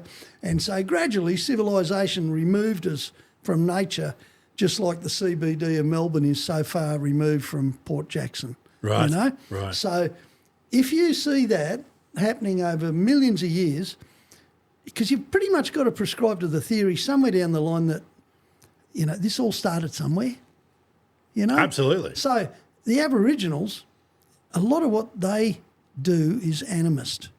It's a belief in where you are, what's going on, putting spirits into animals. You know, their whole law system is based around that kind of stuff. Why are they wrong? Because some guy with a big ring in a bloody topless thing somewhere over in Rome says, no, you know, you got to follow me, or somebody else says this, or someone else. No, come on. You know, at the end of the day, I think that's what's going to happen. I think we will devolve into people who start getting our feelings back through our feet, through our minds, through our... How did we get to this? Well, you were talking about languages. But to add to that, you're right. Like and this is where, you know, I think what we do, you know, is important, because we're, as humans, we're designed to go off into the wilderness and hunt and, you know, be in nature and explore and be in different environments. We're not meant to sit at home on the couch and watch Netflix and scroll through our phones 24/7, and but that's what we're doing. I mean, even I do it. I go away, and with it takes about 3 or 4 days of being on the road on the bikes, and I start feeling really fucking good, like alive, like energy. You know, more energy. Just being around a bunch of different people, and you know, out in a new environment, you start having some crazy ideas as well, because the change of environment generates creativity, I believe, just in my experience anyway. Yeah. But you start feeling really energetic, really alive. And it's like, this is what we're meant to be doing. This is how we're meant to live. Yep. Yeah. Now I come home, and it's great to come home. I love it, and I love this country. But after a couple of weeks of back in that routine, I'm doing it as well. I'm here, you know, like, watching YouTube. You know, giving it these ones, going, what am I doing? You know. Well, we're less than 100 years removed from. Everybody was still in, you know, maybe not to the degree of hunter-gatherers, but they were still working land. You know, they was, you know, it's like we're this generation, you know, like what are we? We're 81, so like my old man growing up in Lismore on the dairy farm, like that's relatively established Australia in 1950 when he was born. Yep. But they didn't have electricity. They didn't have anything. No, you travel through the country in Australia. What do you see? You know, Cairns for World War One. Yeah. In the middle of nowhere, and you think, what's going on here? And then you realise there's what's left of an old tennis court, and there's maybe a mechanics institute. Yeah. And this is a structure that's left over from days where people, you know, would get on the horse, and 20 miles was your range. Yeah. So everyone you knew was within 20 miles. And you went to church on Sundays because if you didn't get to talk to anyone. You didn't meet any girls. Life's pretty dull, you know? Yeah. And so, and that's just in 100 years. Yeah. You think 200 years, you know, and you got a bunch of people scratching a living on the corner of the countries, and we can go back thousands of years. Yeah. You know, really. You know, talking about language, and we're not, I know, but I'm going to bounce back there because I just thought of something. You know, Norfolk Island, that's where the Pitcairners live now. Right. Did you know this story? No. Okay. So you've heard of Mutiny on the Bounty? Yes. So that's Bligh. So Bligh was a governor in Australia about 1800 when they had a mutiny against him. Right. Because the rum corps said he was a prick, and he was a prick. You know, he was good at that. Right. He was also a bloody good sailor. But Captain Bligh went with Christopher Fletcher, who was the first mate in the crew, and off they sailed in their ship. This is before he became a governor in Sydney. And the ship, they were on a world exploration thing. You imagine how that feels. They're in a boat, you know, not much bigger than a couple of shipping containers, floating around the world on the other side of the world. To me, that's a blowout, what James Cook and guys like that did. Yeah. Anyway, Bligh's off doing this. You know, they're sailing around. They've got to take readings, meteorological society readings, different latitudes, different longitudes, all this stuff. They get to Tahiti. You know, the guys have been living on hardtack and maybe a swig of rum and rotten apples and shit, you know. All of a sudden they get to this place, it's wild pork every night, women dancing in hula skirts who are quite happy to swap love for a nail. You know, it was just, yeah, well, that's actually true. Right. And it was just wonderful.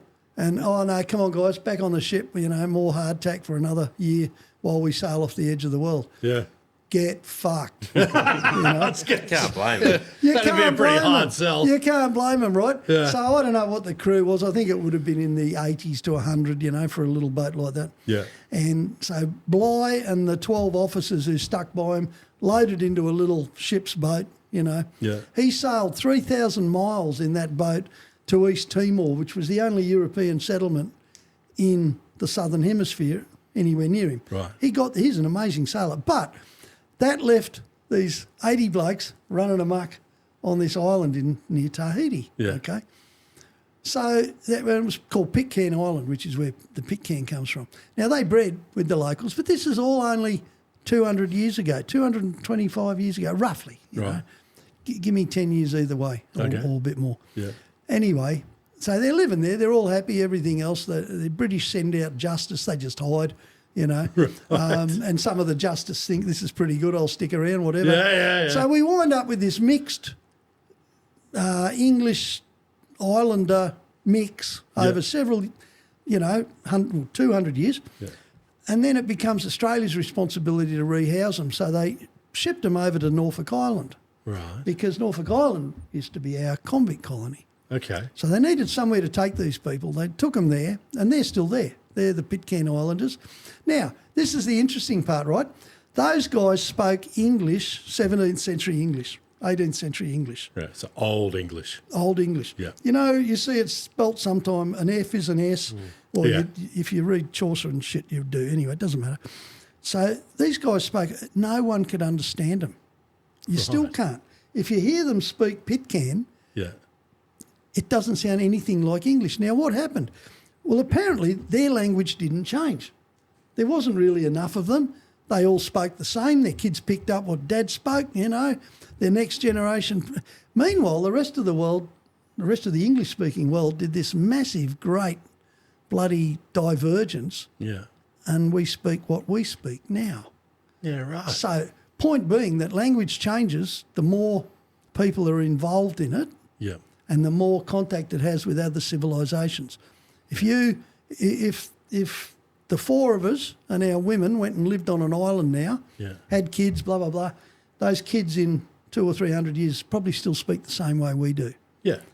Come back in 200 years, you won't understand anyone in Australia. Our language will be a mixture of everything. All the migrants that are coming in now, it's changed just in my lifetime, but it will. And you know this too. If you you've been to Tasmania. Yeah. What do they say? G'day, cobber. Yeah, well, yeah. I mean, there's different lingo wherever you go. Anybody comes on here and says grouse, you're like, yeah, you're from Melbourne. Yeah, it's that's true. Yeah, and in Victoria, it said a port, and it meant a bag. Yeah, a port up here, it means somewhere a ship docks. Yes, castle. Yeah. We say castle, you say castle. Yeah. We could go anywhere with this. Yeah. Doesn't mean a lot, does it really? Hopefully it's entertaining for some punters out there. I'm going to pause this just for my minute. Can you hear me all right? Because something has fucking happened. No, I can hear you fine. Yeah, I can hear you. Yeah, I can hear you too. It's just your ears then. Can you turn my ears up, please, mate? Mind if I grab another stubby then, Ben? Yeah, no, whoa, fuck, yep. Oh. That got louder and I got louder and then it got louder again. Fuck me. Yeah, no, turn that down a little bit. But not quite that much. About half of whatever you just did. There you go, that's a bit better. Pretty much almost back to where you were before. I don't know what the fuck's happening. I reckon you had a loose wire going on there or something. Eh? Fucking, definitely got some loose screws. All right, You're in good company, Ben. Yeah, I reckon. Holy dooly. Sometimes I'm Wrap it talking up. about Pitcairn Island. No, that's good. Oh, no, it's yeah. That's the whole meant to be point like of it. that. It's just to talk shit. Yeah, exactly. That's what he said to me. I think you've got three of the best, Shit three of the talkers. best shit talkers on the planet in one room. Yeah, well, that's what Shawnee said ages ago. He's like, I always knew one day you'd work out how to get paid to talk shit. And not go into politics. Yeah, well, yes. I don't think politics is ready for Ben. No, I don't think so. It's No. a bad idea. No. You don't think it is, or you You'd do? be good at it, but No, because I don't know, mate. I reckon Pauline's going to reform that party and go Well, kick actually- some ass, and she'll need people like Well, that. funny enough, I was Roothy. just looking at that today because they're saying that the lovely polls, it's since with Barnaby coming across to her now, that, her approval rating has gone skyrocketing. She was already flying, which is why he jumped, because he had somewhere to go. interesting. But it's happening all over the world too. This is, have you heard of Nigel Farage in England? Yeah, Know the well, name, he's about as right as they come. And yet, because of the state of the world and everything else, people are listening to him now. Yeah. It's he almost was as coming if through with the whole. kick the migrants out. That was when they went to. Was it Brexit? That's right. Yeah, that's when. That's Brexit, where he yeah, yeah. started, That's where it started. yeah, which was a bad thing economically, but Yeah. Well, he didn't want a bar of it. no. Yeah, I think Nice that, thing. there's definitely some changes happening. I think people are, we've said it on here a few times. I think we're finally, It'd be good to get Pauline back when we've spoken to their guys a few times. Bring Pauline back. I don't think we need a motorcycle riders party.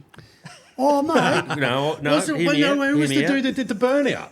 Yeah, that was a motor enthusiast. Enthusiast party. Motoring legend. enthusiast party. Well, hear me out, right? Yeah, it was They just a are the Saturday. solution, right? Yeah, they are. Give everyone free licensing, probably not a free bike, but free rego. They don't damage the roads. They're good for people's mental health. Yep. Maybe one Nevermind motorbike adventure a year. Government subsidised. Government subsidised. I like the sound of But, that. I think the more people on fucking motorbikes, the better the society we live in. will be. And it gets rid of the stupidity clause of life. Thins the herd a little bit. Yes. Okay. Yes. No, big believer. And I reckon Parliament every year should have to do a lap of Australia on motorbikes. Yeah. Now, if you can survive that, Yep. you've done all right, So evolution will dictate no mentally unfit, physically, whatever, Yeah. can get into Parliament. That's the first thing. Second thing is you would have seen the whole country and felt it. Yeah. So you might come back with ideals a little bit higher than A little bit of an appreciation for how much money can I spend taking my family to Paris sort of thing, Like, Oh yeah, wasn't that a joke? You see that? No. $100,000 or something that bird spent taking her kids to bloody some football grand finals and yeah. all taxpayer money. Could have got fucking 15 Nevermind adventures for that. Yeah, there you go. But no, I think Much better value. I think they need to have some real life experience. They can't the career polys. It's got to be something like you cannot even attempt to get into anything until you're at least like 30. Yeah. And we want to know that you did 5 years on the tools somewhere. Yeah. Just Yeah. a bit of reality. I mean, Yeah. we've had this discussion too. Yeah, we did, yeah. Albo's a nice bloke, single mum, family, all that stuff, Sydney. I get all that. That's really cool. What has he done in his life? Oh, politics and law. Yeah. That's not real. That's not a real world. No, and it's overcrowded. Kerry Packer said it 30, 40 years ago, Yeah. for every bit of legislation that they put in, they should get rid of something else. They should. Every piece that passes just takes away Chop, more chop. and more Yeah. of our freedoms and all Yeah. that sort of stuff. Something I have noticed is, I'm sure you guys agree, we're over-regulated in Australia. Oh, yeah. Absolutely. So, I'm probably an anarchist, I don't think we need much government. You need a little bit, but, or do you? I don't know. And a lot of people will disagree with me and go, yeah, but what about this? What about the hospitals? What about this? I travel in parts of the world where I see, and I go to, remote Sri Lanka or, you know, outback Rajasthan and Himalayas where there is no cops and there is nothing. But there's people living there and they make do, you know, but they have their own, they have different systems. They manage themselves. Like just traditionally they've learnt that, you know, they'll have the chief, the shaman, you know, the local, you know, witch doctor, and, you know, if you get, and it works. Like they're not out there killing each other. They're out there living their best lives, like without a heavy-handed government. Like, okay, let's say they're under the Indian government banner and there's a defence force and all that, and I get that, right? Whatever. Oh, it's just a different form of structure. But they're not interfering in. You haven't got a council and a state government and a federal government and all these 50 million rules. Even in Argentina, remember we wanted to come home from the pub. Just jump in the back of the Hilux, boys. You know, there's like 6 of us in the back of the Hilux drinking stubbies, going back to the hotel. But that was Australia 50, 60 years ago. Absolutely. You know, that's the Australia I know. So much regulation, and do we need it? Maybe, you know. We definitely don't need as much as we've got. I don't think so. No, it's the proof's in the pudding. Like the country's never been so broke or backwards, whatever you want to call it, like in debt. We saw that with four-wheel driving. Yeah. You know, the amount of common sense that got taken away from the bush. You know, like you could go bush, you could explore. It was kind of up to you if you screwed up. You know, what a good lesson in life. Yeah. Try not to screw up. By the time you've legislated it into just that track and you can only camp there and you've got to get your permit online before you get there and you've got to do this and you've got to do that, you just took all the bloody joy out of outback exploring, you know.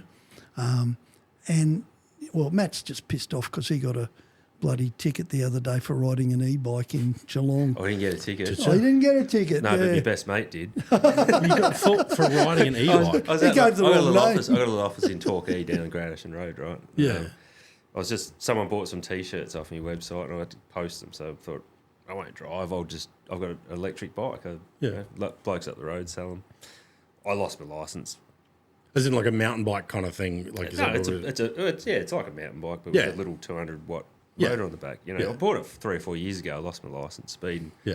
And I thought, this is a great way to get around. And I thought, I'll just scoot over to the postie and I come out. There's 2 cops standing next to it. Right.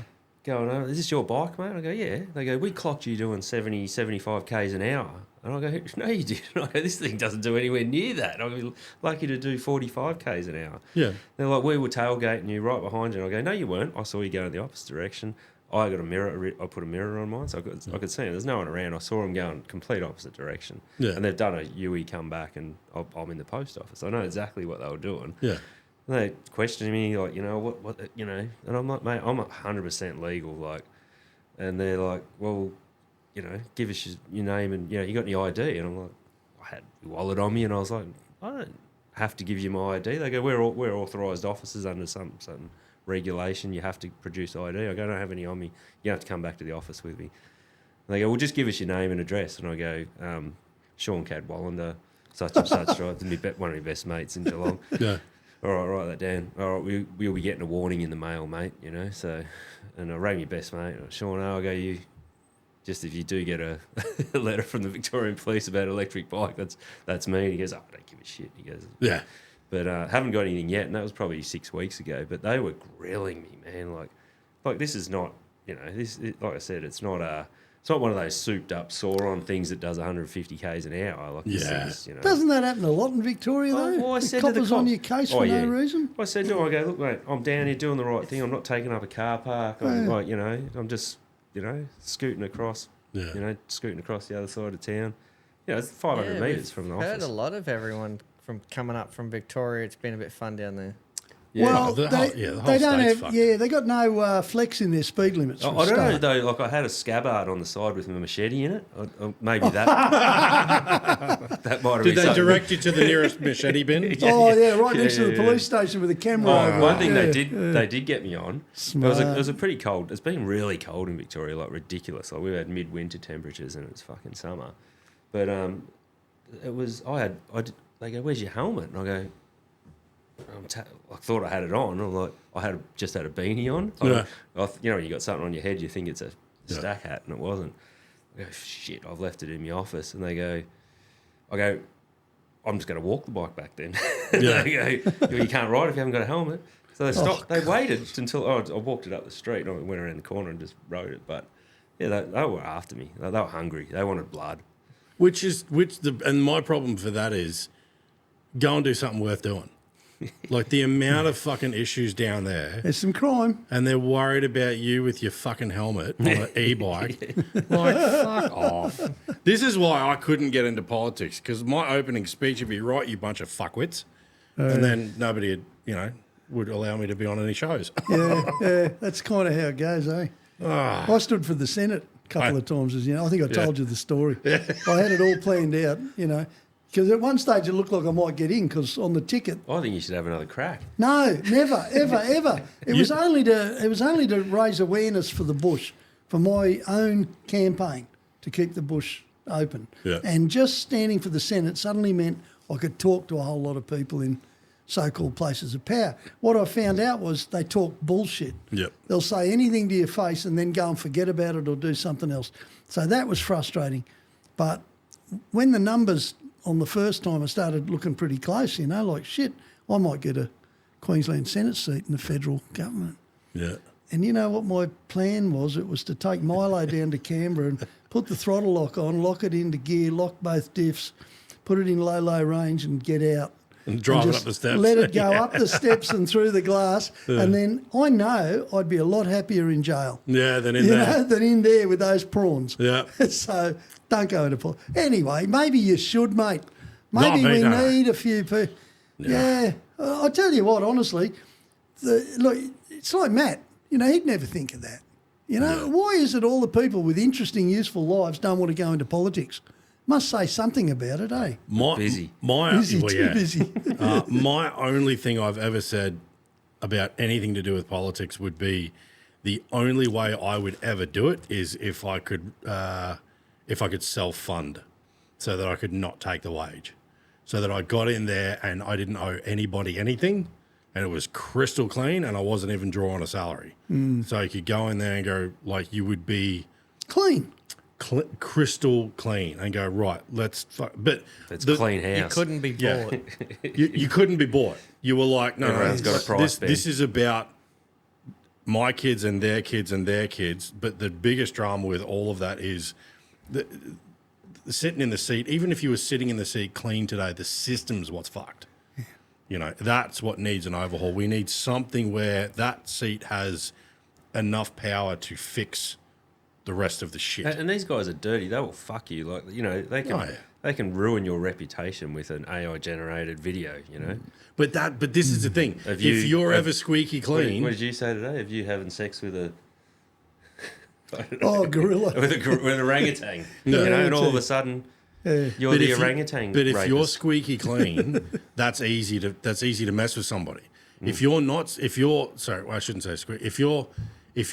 polished presentation, then when you come out and go, look, we just want to address everybody and say that, we don't support this mock image of me. But people go, what? If you walk out and go, whoever did this, fucking 10 points, because even I thought, did I fuck a gorilla? You know what? Australia's going to go, no, this fucker didn't do anything wrong. No. Because you're a real person. You've had real life experience. They know you're not bought and paid for. But you're assuming everything's on the surface. And that's the problem, because it's not on the surface. It's underneath in politics. And that's what I found, and I think my classic example was at one stage they were literally talking about making it a law that you could not free camp anywhere within 150 kilometres of a registered caravan park. Yeah. Why is that? Oh, it's safety. You can't camp out on your own. The Wolf Creek murderer might get you. Now, the Caravan Industry Association was spending a fortune lobbying for this. Yeah. Perfect. Best thing since sliced bread, Smart. We'd rather you spend $50 a night playing with the pool tables and the shit in our caravan park somewhere.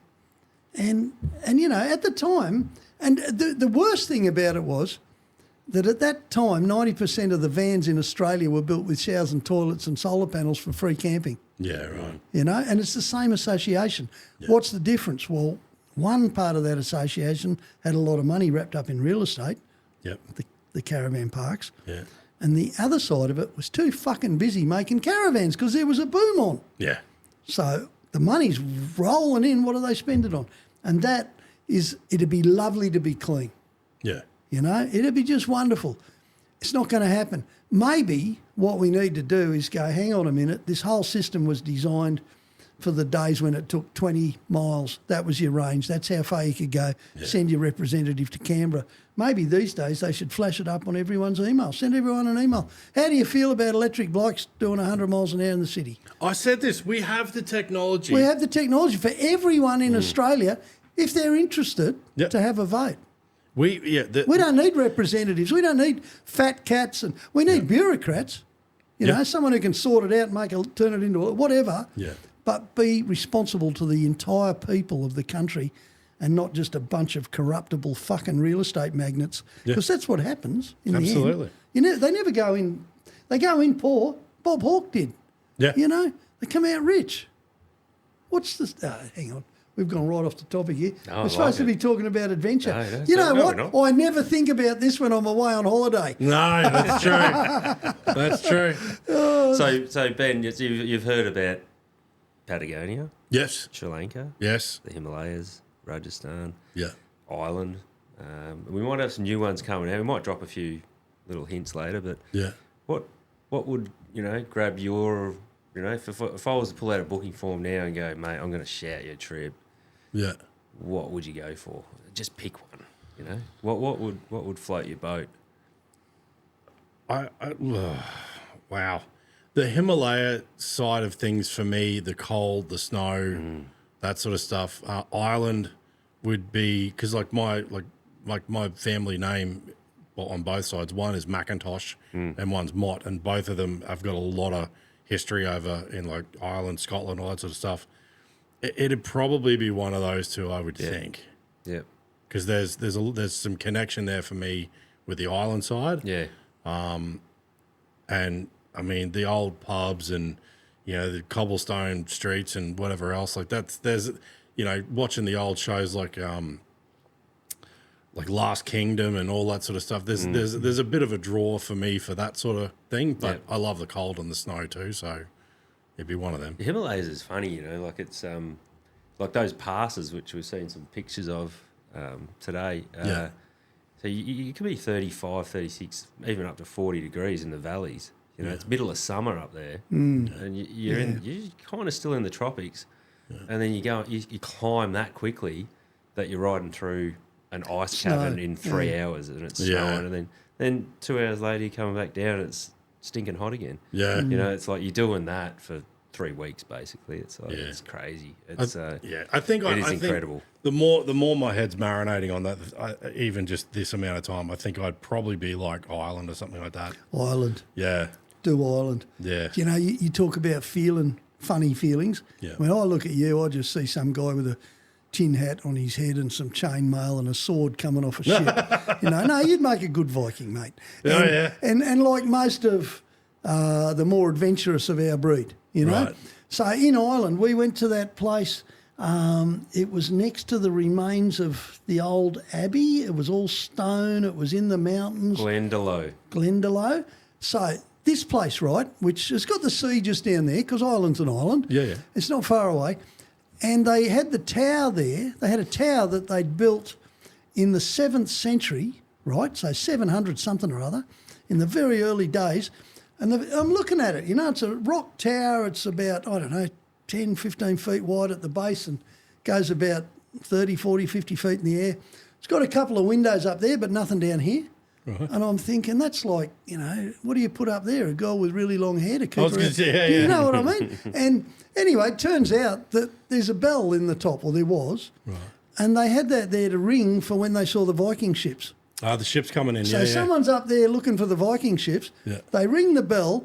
They drop the ladder down. Everyone runs into the tower. They pull the ladder up, Right, okay. Now, this is still there. And still there is the little chapel where they hid, Right. And you get those feelings there, man, and you look at it and you go, wow, And when you talk to the locals, it didn't happen that long ago in their history. Yeah. To us, it seems like a long time ago, but Well, that's, I mean, England's all that over England, there so Ireland, much older, yeah. It's, well, and it's us. Yeah. Most of us anyway. It's kind of our blood, that Europe, whatever. Do you notice the doorways in the older buildings are a lot shorter, aren't they? Yeah, people were smaller. Yeah, that's so weird. But there's it's. I mean, look at Japan. In Japan, they've grown 10.5 inches in the last 40 years because they've gone from eating pure seafood to protein, a lot more protein. So Japanese are now a lot taller than they used to be. I mean, you need to find the proper stats. Don't listen to me, but it's true. Right. And that's just because they eat meat now. Yeah, wow. They didn't before. There's another thing about those low doorways too that we found out on one of the island trips in one of the castles. Karen loved it. She liked the concept of it. It's basically you got to duck down to come in. If they don't like you, they can take your head off. Yeah, right. They're all built like this, mate. The castles, they had the murder hole, which is a blowout when you see it. You walk in and, like, to get into a castle, you've normally got to go through a few drawbridges and small, and all this stuff's still there to look at, It's not gone away. There might be a car park right there, but it's here. Yeah. And especially in Ireland, there's heaps of it. They had this thing called a murder hole. And basically what they did was they shut the portcullis, I think it's called portcullis, the sort of grated door behind you. The castle door's still shut in front of you. And while they work out whether they like you or not, they got a hole right above you. If they don't like you, they can drop a couple of big rocks on top of you. Oh, right. Wow. I reckon we need some of these things in Australia. No, you're not wrong. But you see that stuff in Ireland and you'd love it, man. Love it, love it, love it. Go to Ireland. I think that's where because my sister was over in Scotland and she got some tartan that comes from the Macintosh lineage somewhere, or either that or she just got sold on the fact that it was, from our lineage. But I know the Mott last name comes from something to do with the moats around castles. Yes. Yeah. I don't know whether they dug them or maintained them or live whatever. next to them or whatever. Something like that, yeah. But there's a lot of history over there, so I would probably do that one. Yeah. Oh, I guarantee you love it. Yeah. The history is insane. Yeah. I want to pick up a interesting. real sword, like, because you see them in movies, but you hear in real life they're a lot heavier than what you think they'd be. We're like not allowed to have them in Victoria, so Well, no, not anymore. Put them in a bin. you might say that. There's this big fucking handle sticking out from a sword in this machete bin. Yeah. I thought you would have jumped on Patagonia, to be honest. I thought that'd be. Well, I don't know enough about it. Yeah, okay. I'm This so is- fucking sheltered. This is what I'm saying. I'll tell him some of my this is why I Toyota reckon- stories. This is why I reckon it's going to become the next big destination for Aussies to go to. Yeah. Like I've seen it happen with Sri Lanka and a few of the other places we go to, but people don't know, and then we bring back all this drone footage and videos and stuff like that, and it slowly gets out there, and people that don't ride bikes start wanting to go over there. And I don't do it, So What do you do with that for people that don't have a bike license or no experience? You just no, I don't take them. You need just don't take to them. ride them. You need to be a biker. Yeah, Like, okay. you don't have to be. Look, I've got guys. Like I said, the guys that come with us from Rajasthan. I've only been riding for a couple of years. yeah. We spoke about this today, me and John. We'll just have a bit of a warm up podcast in his shed. Yeah. And it's not about being a biker or how good you can ride or anything, or how long But you've been riding for. you need the it's about the basics. attitude. Yeah, the basics. As long as you got the basics, but it's about the attitude, having that curious personality, just being a good person, and you're going to enjoy it. Like I've seen guys and girls jump on that are only been riding for 6 months, 12 months, pretty nervous about it. So just do like Sri Lanka or Ireland or something. It's a bit of an easier ride. By day 2, day 3, their skill level's gone through the roof. Yeah, well, that amount of hours too. They're riding yeah. every day, but also they've got experienced riders. And what happens in that sort of group dynamic is more experienced riders, they take the newer guys under their arms and go, you just try that, follow my line when I go through there. Yeah. And your skill level and confidence goes through the roof. And Matt's been doing this a long time. He's got it sorted. You fly to Colombo in Sri Lanka. Well, there's 27 million people in Sri Lanka. Colombo, there's probably quite a few of them, several million. It's a busy-ass Indian city. Yeah. With shit going everywhere, traffic, blah, blah, blah. You don't get on your bike there. No, yeah. You get on a bus, then you go somewhere and you pick the bike up out of town so that your first few days is getting used to it, Yeah. And then Yeah, it's pretty much all the trips are like that, aren't they? The Always, island yeah, trip we was never like start- that. we never Never start start in the middle of the city No. where, I mean, it's that first half of a day on a motorbike where there's probably something's going to go wrong. Yeah. If you're surrounded by idiots, but The funny thing is like everyone's quite nervous about the traffic in particularly India. Yeah. And always time the last day so that we come into the busy city at the end. Yeah. You know, so the last 2 hours is carnage, you know? Yeah. And by then everyone's confident, they know how the traffic Yeah. works. Yeah. And you get in at the end, They and you can crack deal that with it. first beer and everyone's high-fiving each other going, that was the best day of the whole trip. Yeah. Whereas if you did that on the first day, they'd probably fly home, you know? you've probably worked this out by now. But if you haven't, I'm going to say it anyway, and that is that Matt and Nevermind have, I don't know how he does it, right? But he has pretty much been picking the places to go a few years before the rest of the world finds out. Right. Sri Lanka's a fine example. On the other night, for the first time ever, I saw some bulk bus tour holiday thing come to Sri Lanka. Never seen that in Australia before. Wow. Patagonia will be there one day, Yeah. you know. Vietnam, you know, you've been going there a long time, but it's a question of going out and opening up the world. The best way to do that's on a motorbike. Yeah. It's the easiest way to travel. Yeah. And you get to see the back roads. Oh, man. I love back roads in Australia. I've Yeah. spent all my life. That's where the life is. Yeah. That's where you meet people. It's like no disrespect to the four-wheel drive community because I love four-wheel driving as well. Yeah. But John's right with on a bike you haven't got that cage around you. You know the air and the smells You it's not don't- always good. You know No. you're riding past a sewage farm, you can fucking smell it, right? It's Yeah. You know, you it's don't, like, you don't pull but out it's real, and you know? make a coffee out of the back of your truck. You go Yeah. and have the local stuff in the dirt floor Yeah. cafeteria, that kind of shit. You're in touch with your environment, always on a bike, but Much more connected. connected. that's Yeah. exactly what I was getting at. Yeah, Yeah. you put But it- I've got to tell you, if nailed you it. decide to go to Patagonia, Yeah. go and hang out in Chile for a little while. Okay. They got an old Toyota community there. Right. Terrain Tamers just opened up a branch Okay. in Santiago, okay, Right. to cater for the biggest bunch of old Toyota modifiers outside of Australia. Really? And I'm going, you're kidding me, you know. When I went over there, I went and did a job for Terrain Tamer there. Yeah. And man, I met guys with LS1s in 60 series. Yeah. And, you know, they're speaking a little bit of English and my Spanish is absolute shit. We communicated to the point where I was doing laps in all sorts of wild vehicles. You know Yeah. what I mean? Like, Yeah. you take this, John, you know. Yeah. It was just great. Yeah. And you know why when you get there? Because they got the history of it.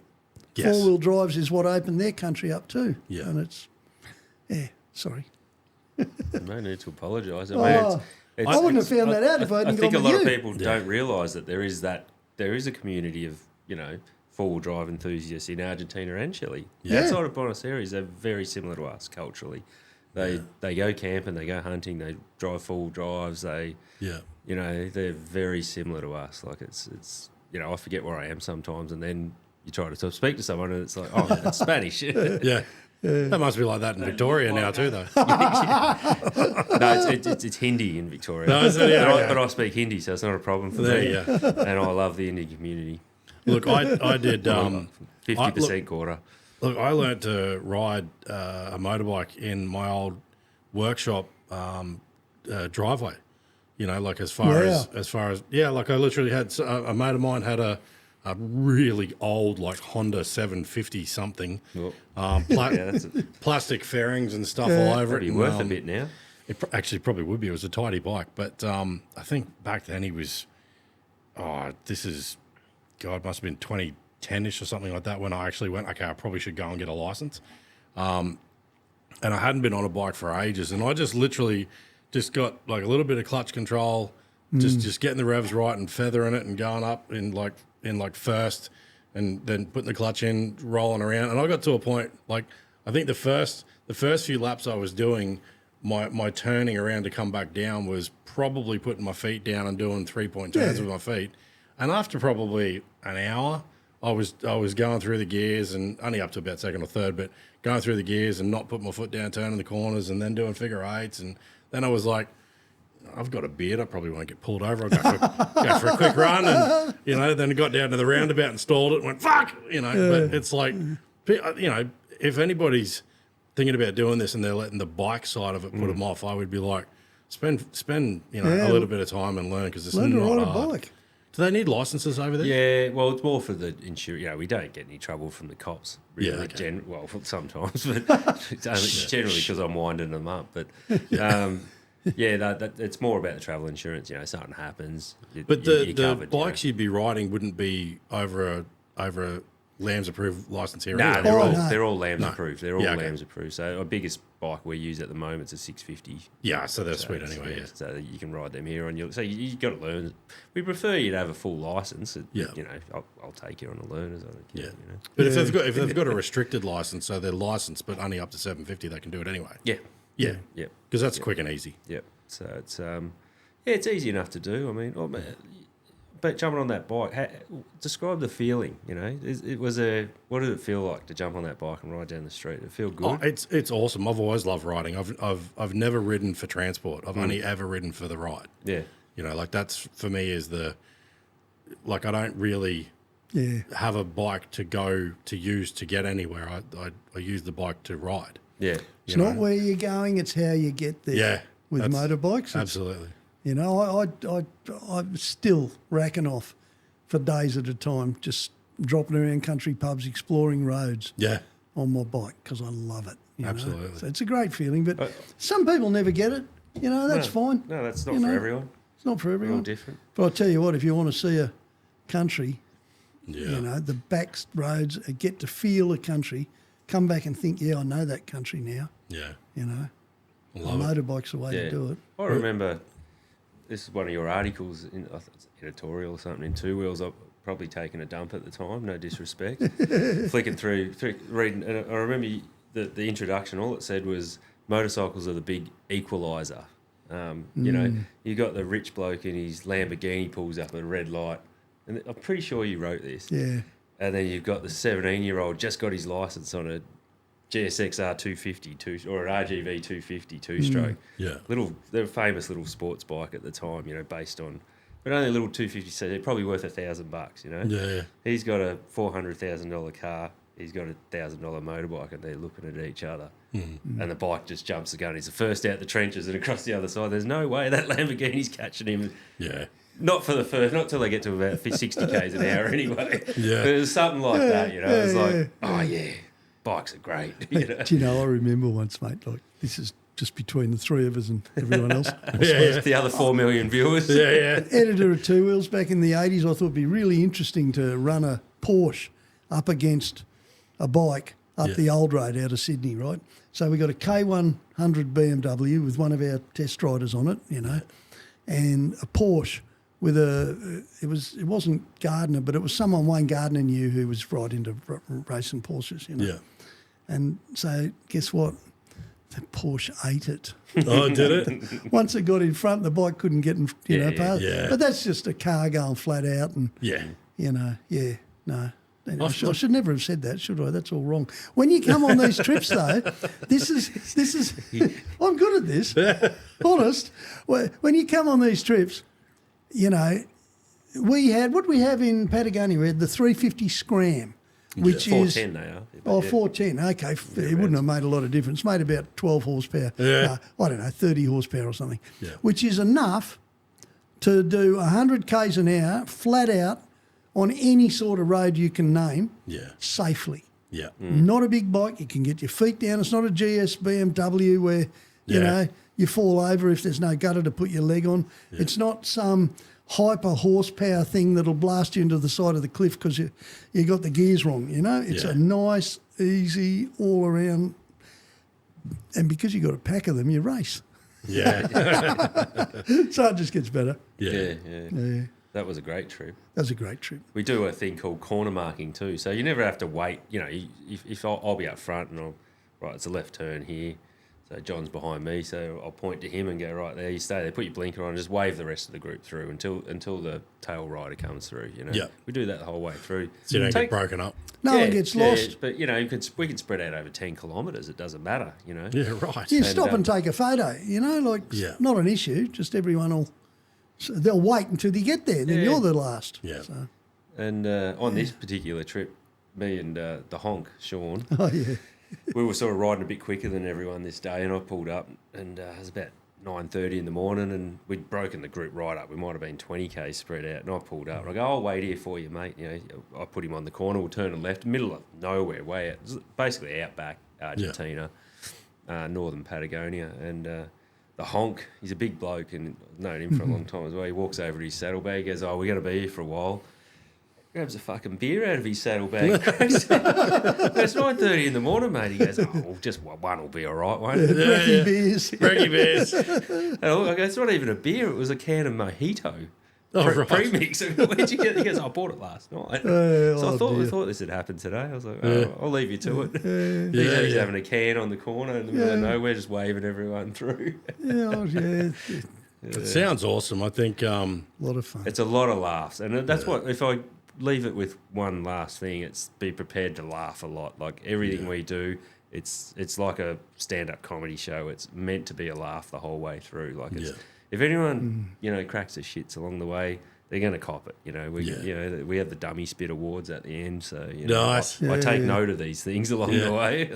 I feel like so it's about having fun. I feel like the Wild Horizons show might have to go off the Australian outback thing and come over and do something with you guys. I like it. I think it'll be cool. Collaboration. Too right. Absolutely. Good All on you. right. Well, okay, cool. Well, give everybody your socials before we wrap it up so everybody knows how to get you. Nevermind Adventure Tours, Facebook, Instagram. Website's great. But like you, my favourite's YouTube. So we do a lot of stuff on YouTube. Even if it's at least once, twice a week, I just jump on the, set up a phone in the office and put a video up, and talk to jive, let people know what's going on. Yeah. So follow us on YouTube and get in touch. Yeah, Nevermind Adventure Tours, pretty easy to find. Absolutely. Australia's worst kept secret. But thanks again for having us on, Ben. I've had a blast, mate. I really have. This is a great setup you got. Mate, absolutely my pleasure. It was great to meet you. It's always good to see you, good sir. Good on you, mate. I think, we'll have to do something. We'll have to just dot some I's and cross some T's on what that looks like, because I only got my first passport like 6 months ago. So we're gonna have some fun with you. We're gonna have some fun with him. First passport. Okay, so you haven't been overseas yet? No. Well, I tell a lie. I was 6 months old when my old man took the family to Papua New Guinea for a bit, but in my normal adult life, I've never left Australia. Wow. We need to talk. Yeah, should be cool. It's going to be cool. Oh, it's great.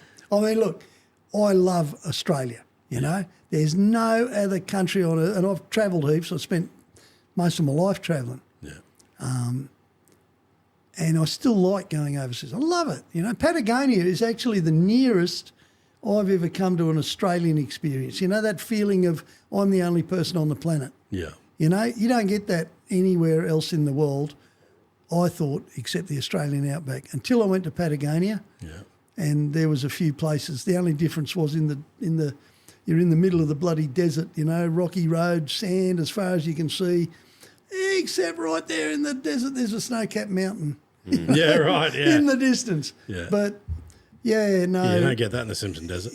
Man, you got to travel. Yeah. You got to travel, just, some stage. Very Get in front of the curve. Good on you. Everything happens for a reason, Ben. Yeah, absolutely. Watch out. Absolutely. I'm learning that. This show has taught me to just let go of the grip and follow the sort of wherever the universe is taking me. So it's I just got shivers down my spine hearing that. Yeah. That's good, isn't it? Yeah. beautiful. That's what we do. All right, gentlemen, we Thanks, have a good mate. afternoon. Thanks for joining us. Thanks, Ben. Pleasure. We'll talk to you again. See you soon. Love to. Cheers, mate. Bye, everybody.